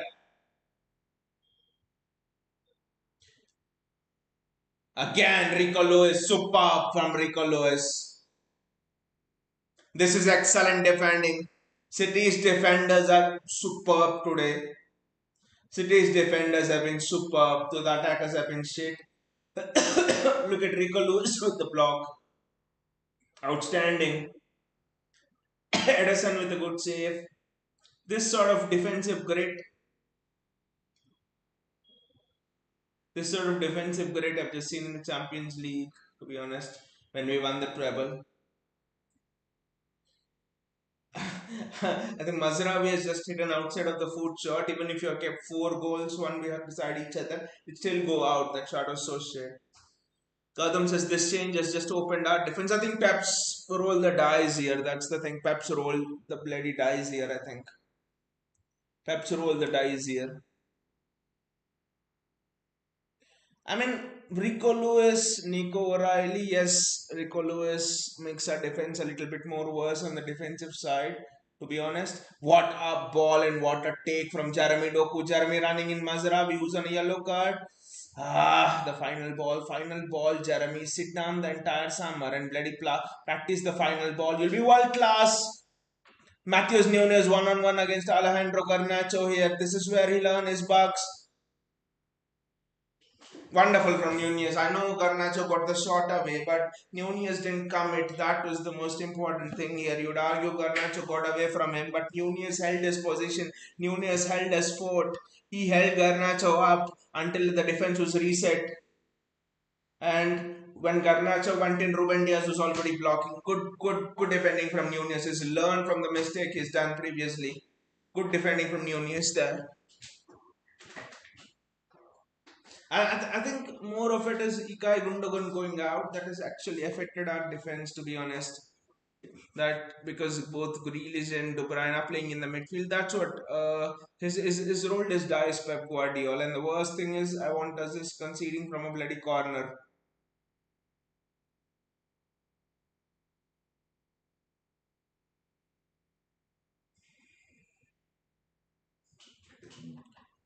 What has Kovacic done here? I just don't know.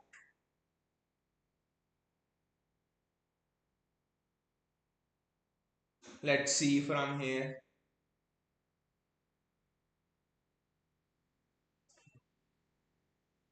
Well, that is interesting, to be honest.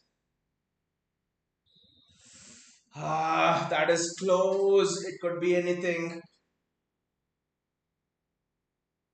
But he's got the ball. That is what saves him. I think Kova has got the ball as well here. That is what ultimately saves him. Kova has got the ball. If he didn't get the ball, it probably would be a bit.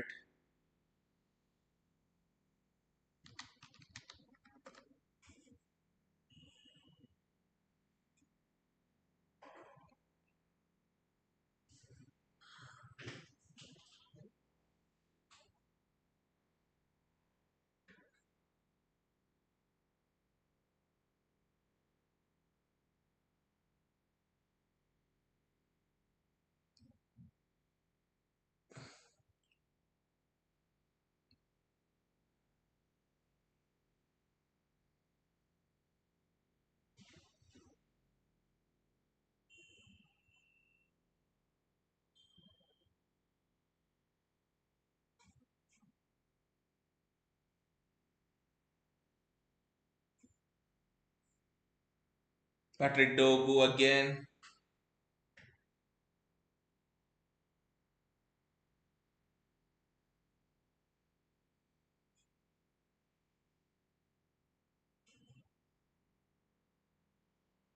Should he get the ball back and it's Mario Kovacic.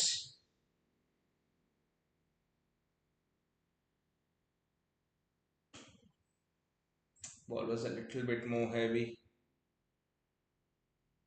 Jack Grealish gliding through space. Look at it. Wow. What the fuck was that from KDB there? This match is a draw written over it. I'm very sorry, but that's what this match has written over it, to be honest.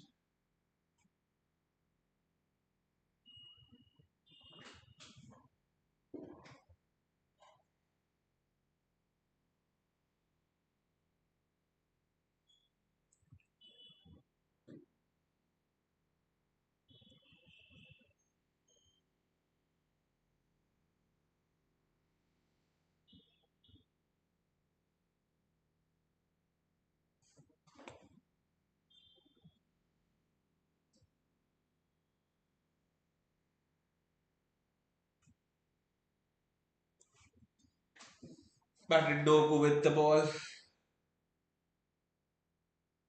I'm sort of always scared with United in the last 10 sort of 10-15 minutes in the derbies.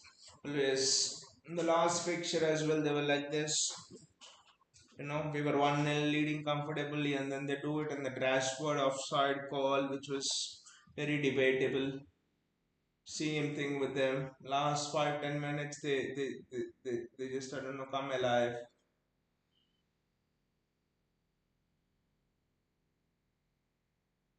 That is wonderful from Omar Marmoush. That is pulled him back. He's pulled him back. It's Lenny Yoro. He has to get a yellow. For a moment, I thought it was maybe Mazarawi there.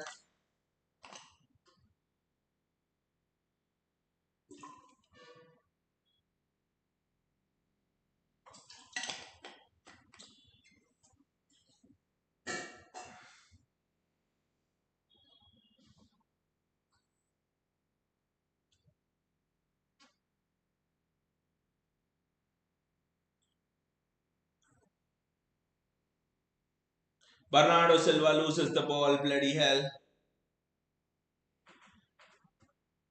That is wonderful defending from Matthews Nunez again. Nunez has been superb today. I haven't seen Bernardo Silva lose a ball in like he's joined us in 2017, and I think it's been 80 years. I've not seen Bernardo Silva lose a ball under much more intense pressure than this. I'd seen Bernardo Silva play out from pressure from, with pressure from Mane, Firmino, Salah, and all of those people as well. And there was hardly any pressure, and he just lost it there.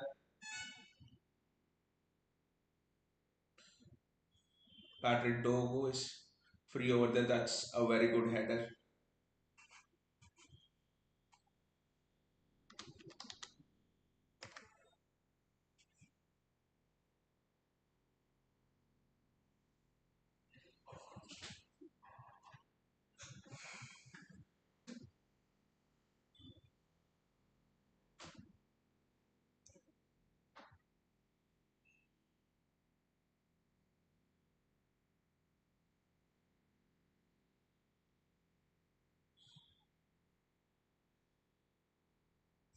That's a free kick for City. Ricolo is now wins the free kick for us. I think a goal for us right now would just be absolute gold dust.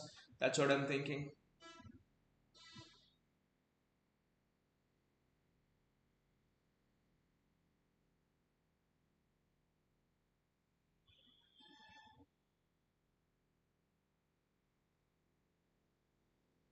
Ricolo is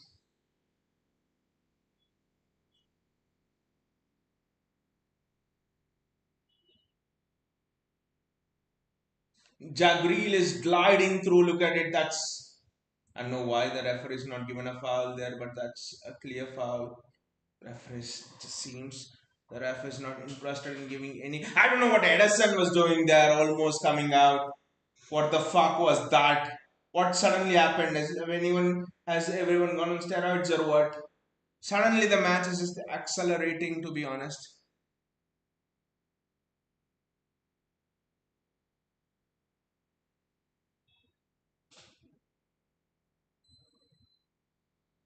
I don't know why United need the win for. To be honest,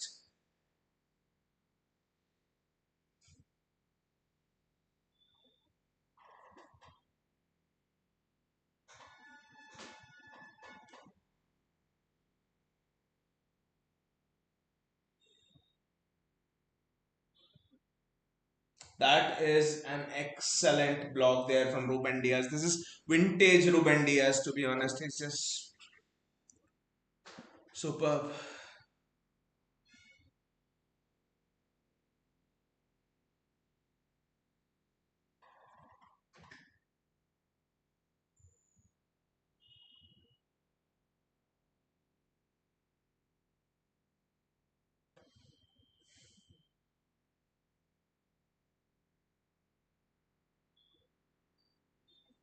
That was a fake throw, but anyway.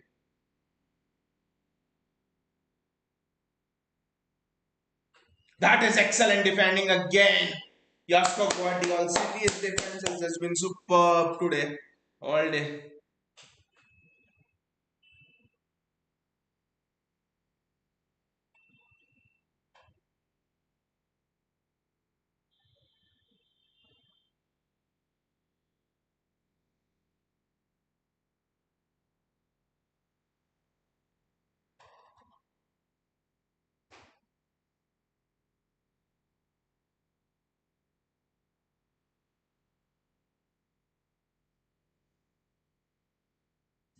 I don't know why Mazraoui keeps striking those. It's Dogu now, and they go like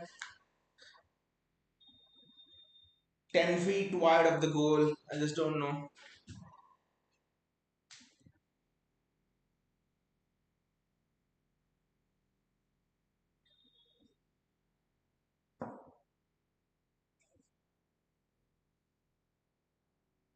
Wonderful from Jeremy Doku there. This is absolutely superb there from Jeremy Doku.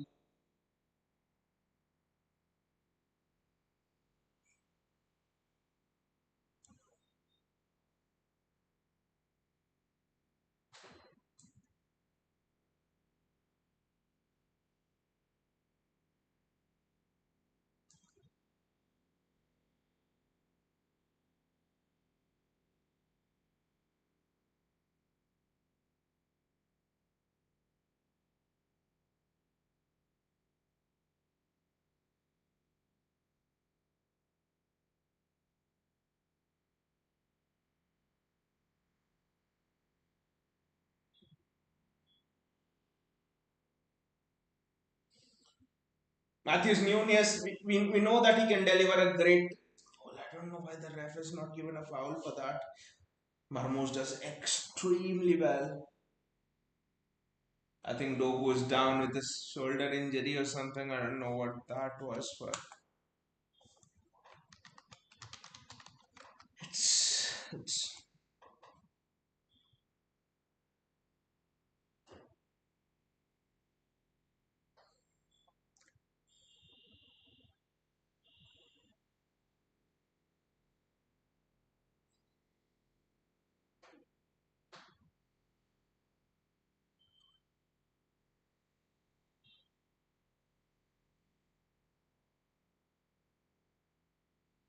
it's 4 minutes of added time.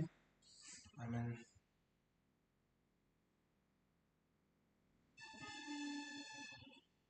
it just seems everything is a snooze fest today. The IPL match today was an absolute snooze fest. It's some stupid batting from SRH and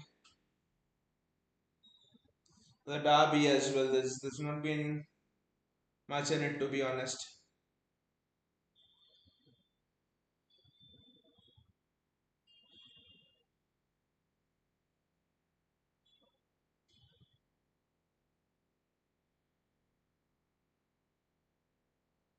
Jeremy Doku, can he light up the derby?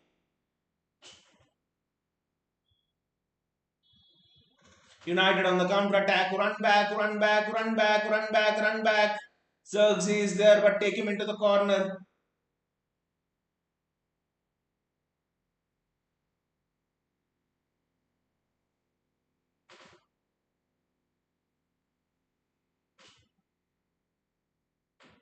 That's a foul on Omar Marmoush. The ref doesn't give it. I don't know. The ref is just not trusted in giving fouls. I think I'll take a point at this stage, to be honest, because you just never know. Point is better than nothing. Chelsea dropping points as well. Not the worst result, depend based on what the teams around us have been.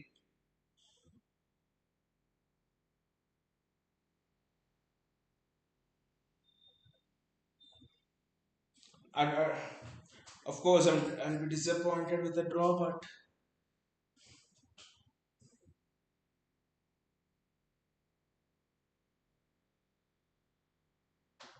it's a throw in for United. Nunez does extremely well over there. It's a goal kick. United want a corner, but it's a goal kick, and I think that should be that. Probably one more chance for City.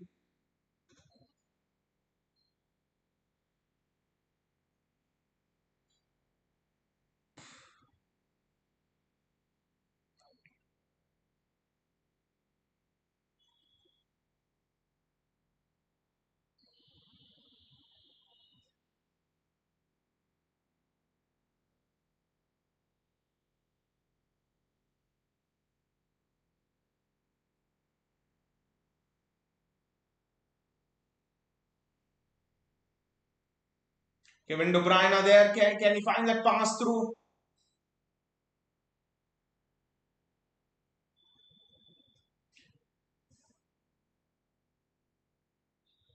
Bernardo Silva does extremely well to get hold of the ball. That's a throw in for United. Gautam says this shows how badly we need reinforcements this summer transfer window. Up, Gautam, the defense has been absolutely good. It's been fantastic. Marmoush is making runs. Doku has been okay. The middle is not there at all. No creativity at all from the middle. De Bruyne, yes, has been super. He's one of the best attacking midfielders world has ever seen, but he's not just in form, to be honest. Maybe United will have one last chance. I would hate to lose it in the last 20 seconds. Just keep it to a draw and get the fuck out of Old Trafford. That's the only thing. The worst thing you would want in a derby is probably losing it in the last minute. I hope I haven't jinxed it here, but blow the whistle, ref. I think he'll give one more chance for United.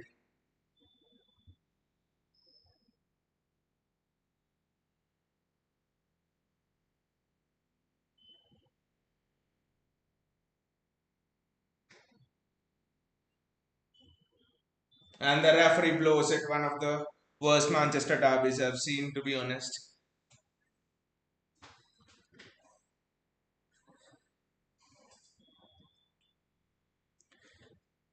Motel says this United team is terrible. It's a testament to our bad season. Exactly. I mean, Motels, this United team is terrible, but it's not. Our team is superb as well. Our team has been terrible as well. Our team has been extremely terrible. I mean, if you think on the flip side to it, it's a miracle that we are still in the Champions League places, for example, still playing this badly.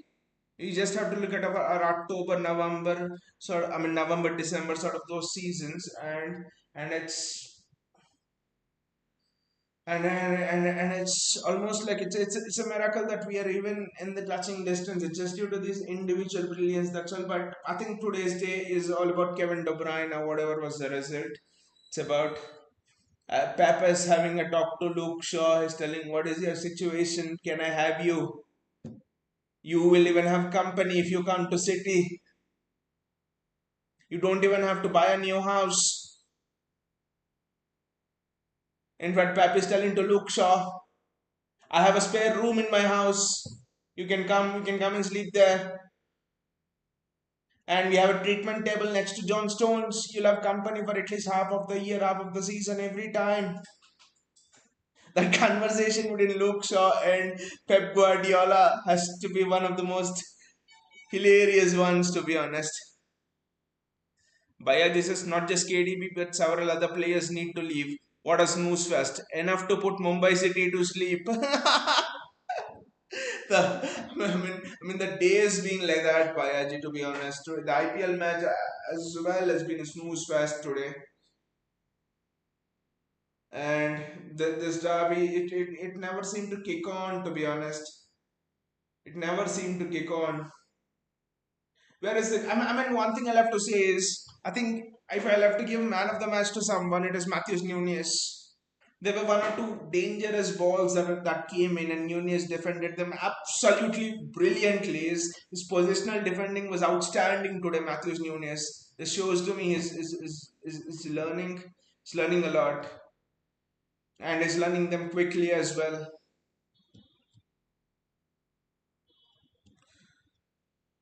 So, so I think Nunez is the man of the match. I mean, the entire defense was very good.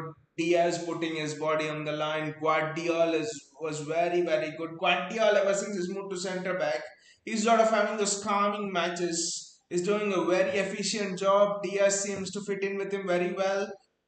And then this combo looks good, but then Pep will move him back to left back. I mean, it's interesting which position Pep uses Guardiola next season. I know he's very good at left back. He's been the best left back in the league this season, but he is even better at centre back. That is the scary thing. Is Ballon d'Or level at centre back, honestly, Oscar Guardiola. But I think the engine room is where the problem is. I think the thing is, you cannot play Gundogan, Kovacic, De Bruyne in one engine room, and then the second engine room isn't better. if you look at if you look at the second engine room is Casemiro, Ugarte, Bruno Fernandes. Casemiro absolutely no legs. It's over. Ugarte is I don't know is just coming back. Bruno Fernandes does not like to come back in and put a shift and all that, though he puts it sometimes. So both the engine rooms are equally bad. Both the engine rooms are equally bad. And Garnacho, Hoyland out of form on their side. Foden and Bernardo Silva out of form on our side. I mean, you have two attacks out of form. You have two midfields that absolutely have no legs. A snooze fest was expected. And I just don't know why he went for Kovacic, Gundogan, De Bruyne midfield. This game was probably one of the easiest games which Pep Guardiola could have won. Put some bloody legs in the midfield and you win this game. Play Nico Gonzalez, play Mateo Kovacic, and then play De Bruyne. You win this game.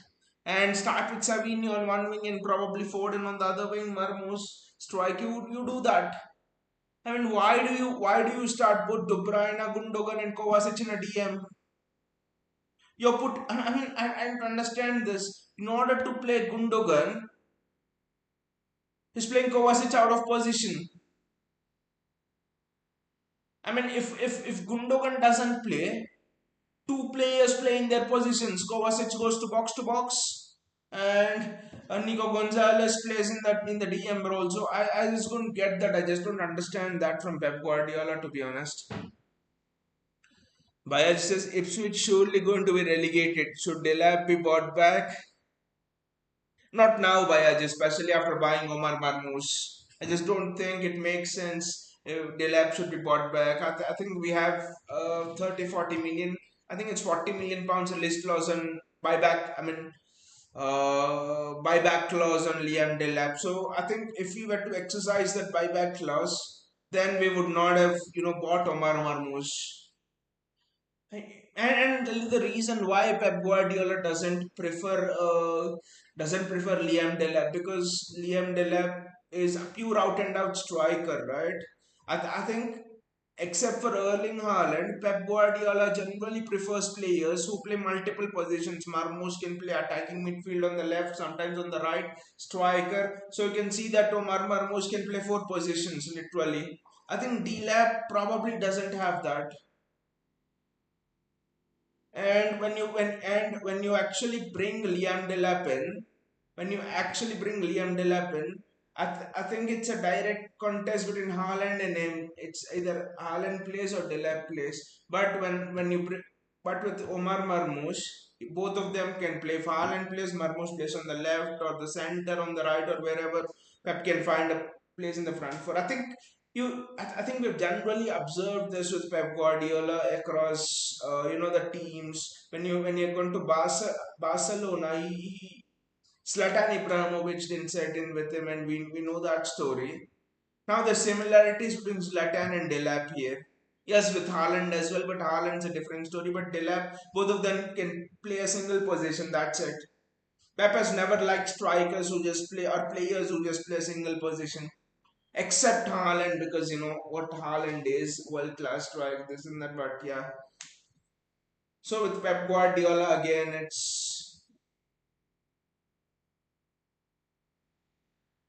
with Pep Guardiola again, it's thinking always is a player should be able to play two, three positions. That's the thing. But I think Delap will move to a bigger club. To be honest, I think he'll not play in the championship for another season ever. United probably want to get Delap back. Chelsea might be eyeing him because they're not happy with Nicholas Jackson. I actually think if Arsenal really want to win the league, you add Delap to that, and you'll have a bloody good chance. Arsenal could do with Liam Delap, to be honest. United could do with Liam Delap. I mean, there are a lot of teams in the traditional top four sense that could do with Liam Delap, maybe except Newcastle since they have Ishak. Gautam says Pep needs a goalkeeper who can also score goals.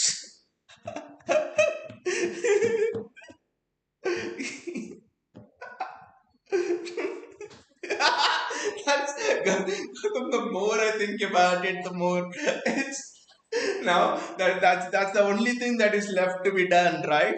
Pep Guardiola he's done everything except buy a goalkeeper who can score 10, 15 goals a season. I mean, I think what Pep Guardiola has left in his career is bring a goalkeeper who can score, who can win the Golden Boot, and then the defender covering for the goalkeeper when the goalkeeper ventures forward. That will be some 4D level football shit. Wow. But honestly, Gautam, it's been a snooze fest like I talked about a bit earlier because both the teams are shit attacking wise. Bruno Fernandes is his form has dipped as well. Hoyle and Garnacha have been shit. Bernardo Ford and have been shit from our side. De Bruyne not in form. Probably of the entire seven attackers, six attackers from both the sides.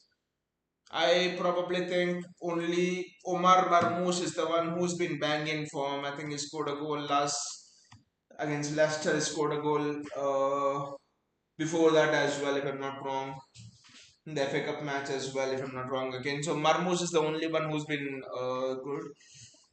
But again, the engine room needs to be replaced. Rodri comes back. It's like a new signing. Hugo Larson. I think next season's midfield could easily be Rodri, Hugo Larson, and Florian Wirtz.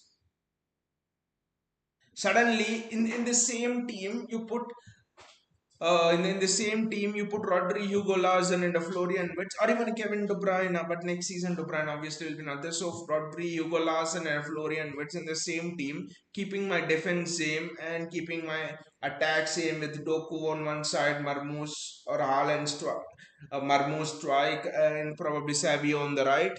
We win. We thrash United 6-0.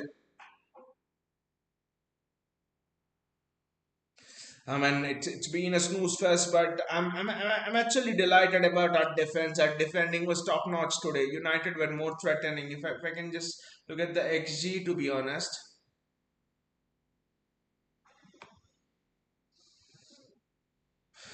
there you go, there you go. The reason why this is a snooze fest. Their XG is 0.73, our XG is 0.52. No offsides as well. Lot of fouls committed. I mean, this is just a recipe for a snooze fest. Look at it. Two shots on target, has five shots on target, and all of them were telling to Onana to come and just not even collect the ball, just touch the ball. That's how team all our shots were. The best shots we had on target was from corners and set pieces. I think we had two shots on target from two corners, if I'm not wrong, and two shots on target from two. I think out of five shots, we at least had three or four shots from set pieces. And that too, we had got only three, I think five set pieces, three corners, and two set pieces. That's all. This tells you the pathetic game that we had today, to be honest. Gautam says that's why I wanted penalty. that that would just be superb. That idea would just be superb, Gautam. The penalties were literally but yeah, my talking about next season because that is what we can do honestly as the top four races are there. If I can just go back to the standings and just see the top four race, Chelsea drop points today. The only positive that's come for us is out of the top 10, out of the top 10, I think out of the top 10, except Villa, yes, Newcastle didn't play. Let's leave Newcastle out of it. But of all the 10 teams that have played, yes, 10 teams have played, except Villa, everyone dropped points. Of course, Villa played Forest, so one of them would win. But generally, look at this week. Everyone dropped points. Bournemouth drew, Brighton lost. I mean, Fulham won. Yeah, Fulham won. I think it was only Fulham and out of 10 teams, only Fulham and Villa won, and all the others drop points. So that's very interesting. And also, the teams that have gained points are the teams who played against other teams in the top 10, if that makes sense. It's very interesting. If Palace win their next game, they have a game in hand. So if they win their next game, they enter the top 10. They were sitting in relegation at one stage. This is just some insane piece of shit. So, I mean, Forest are Of course, Liverpool win the league, that's fine. Arsenal are 62. So, and Forest 57, Chelsea 53. We are at 52, same number of games played. Villa 51. Wow. Let me just check what are our next fixtures. Gautam says, I heard we are planning to loan out Claudio. Claudio is a very alive. I don't know, Gautam. I haven't heard that. Probably we'll loan out to Girona, maybe. But I haven't heard that, so I'll just check on that. But maybe, but he's considered a superb talent. I think we're going for bids, then we are probably loaning him out. Next match is next match is against Palace.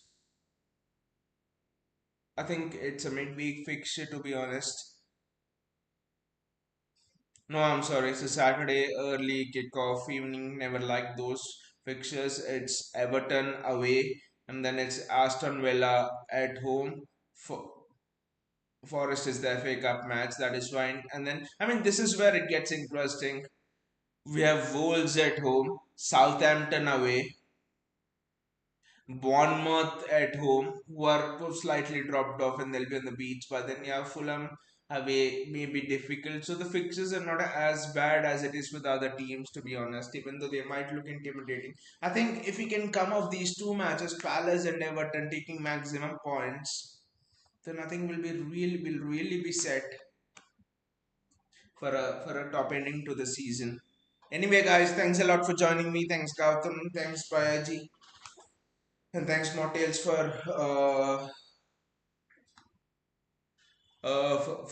for joining me here. And I think Mottels is, I forgot, Mottels is our JSK. I think.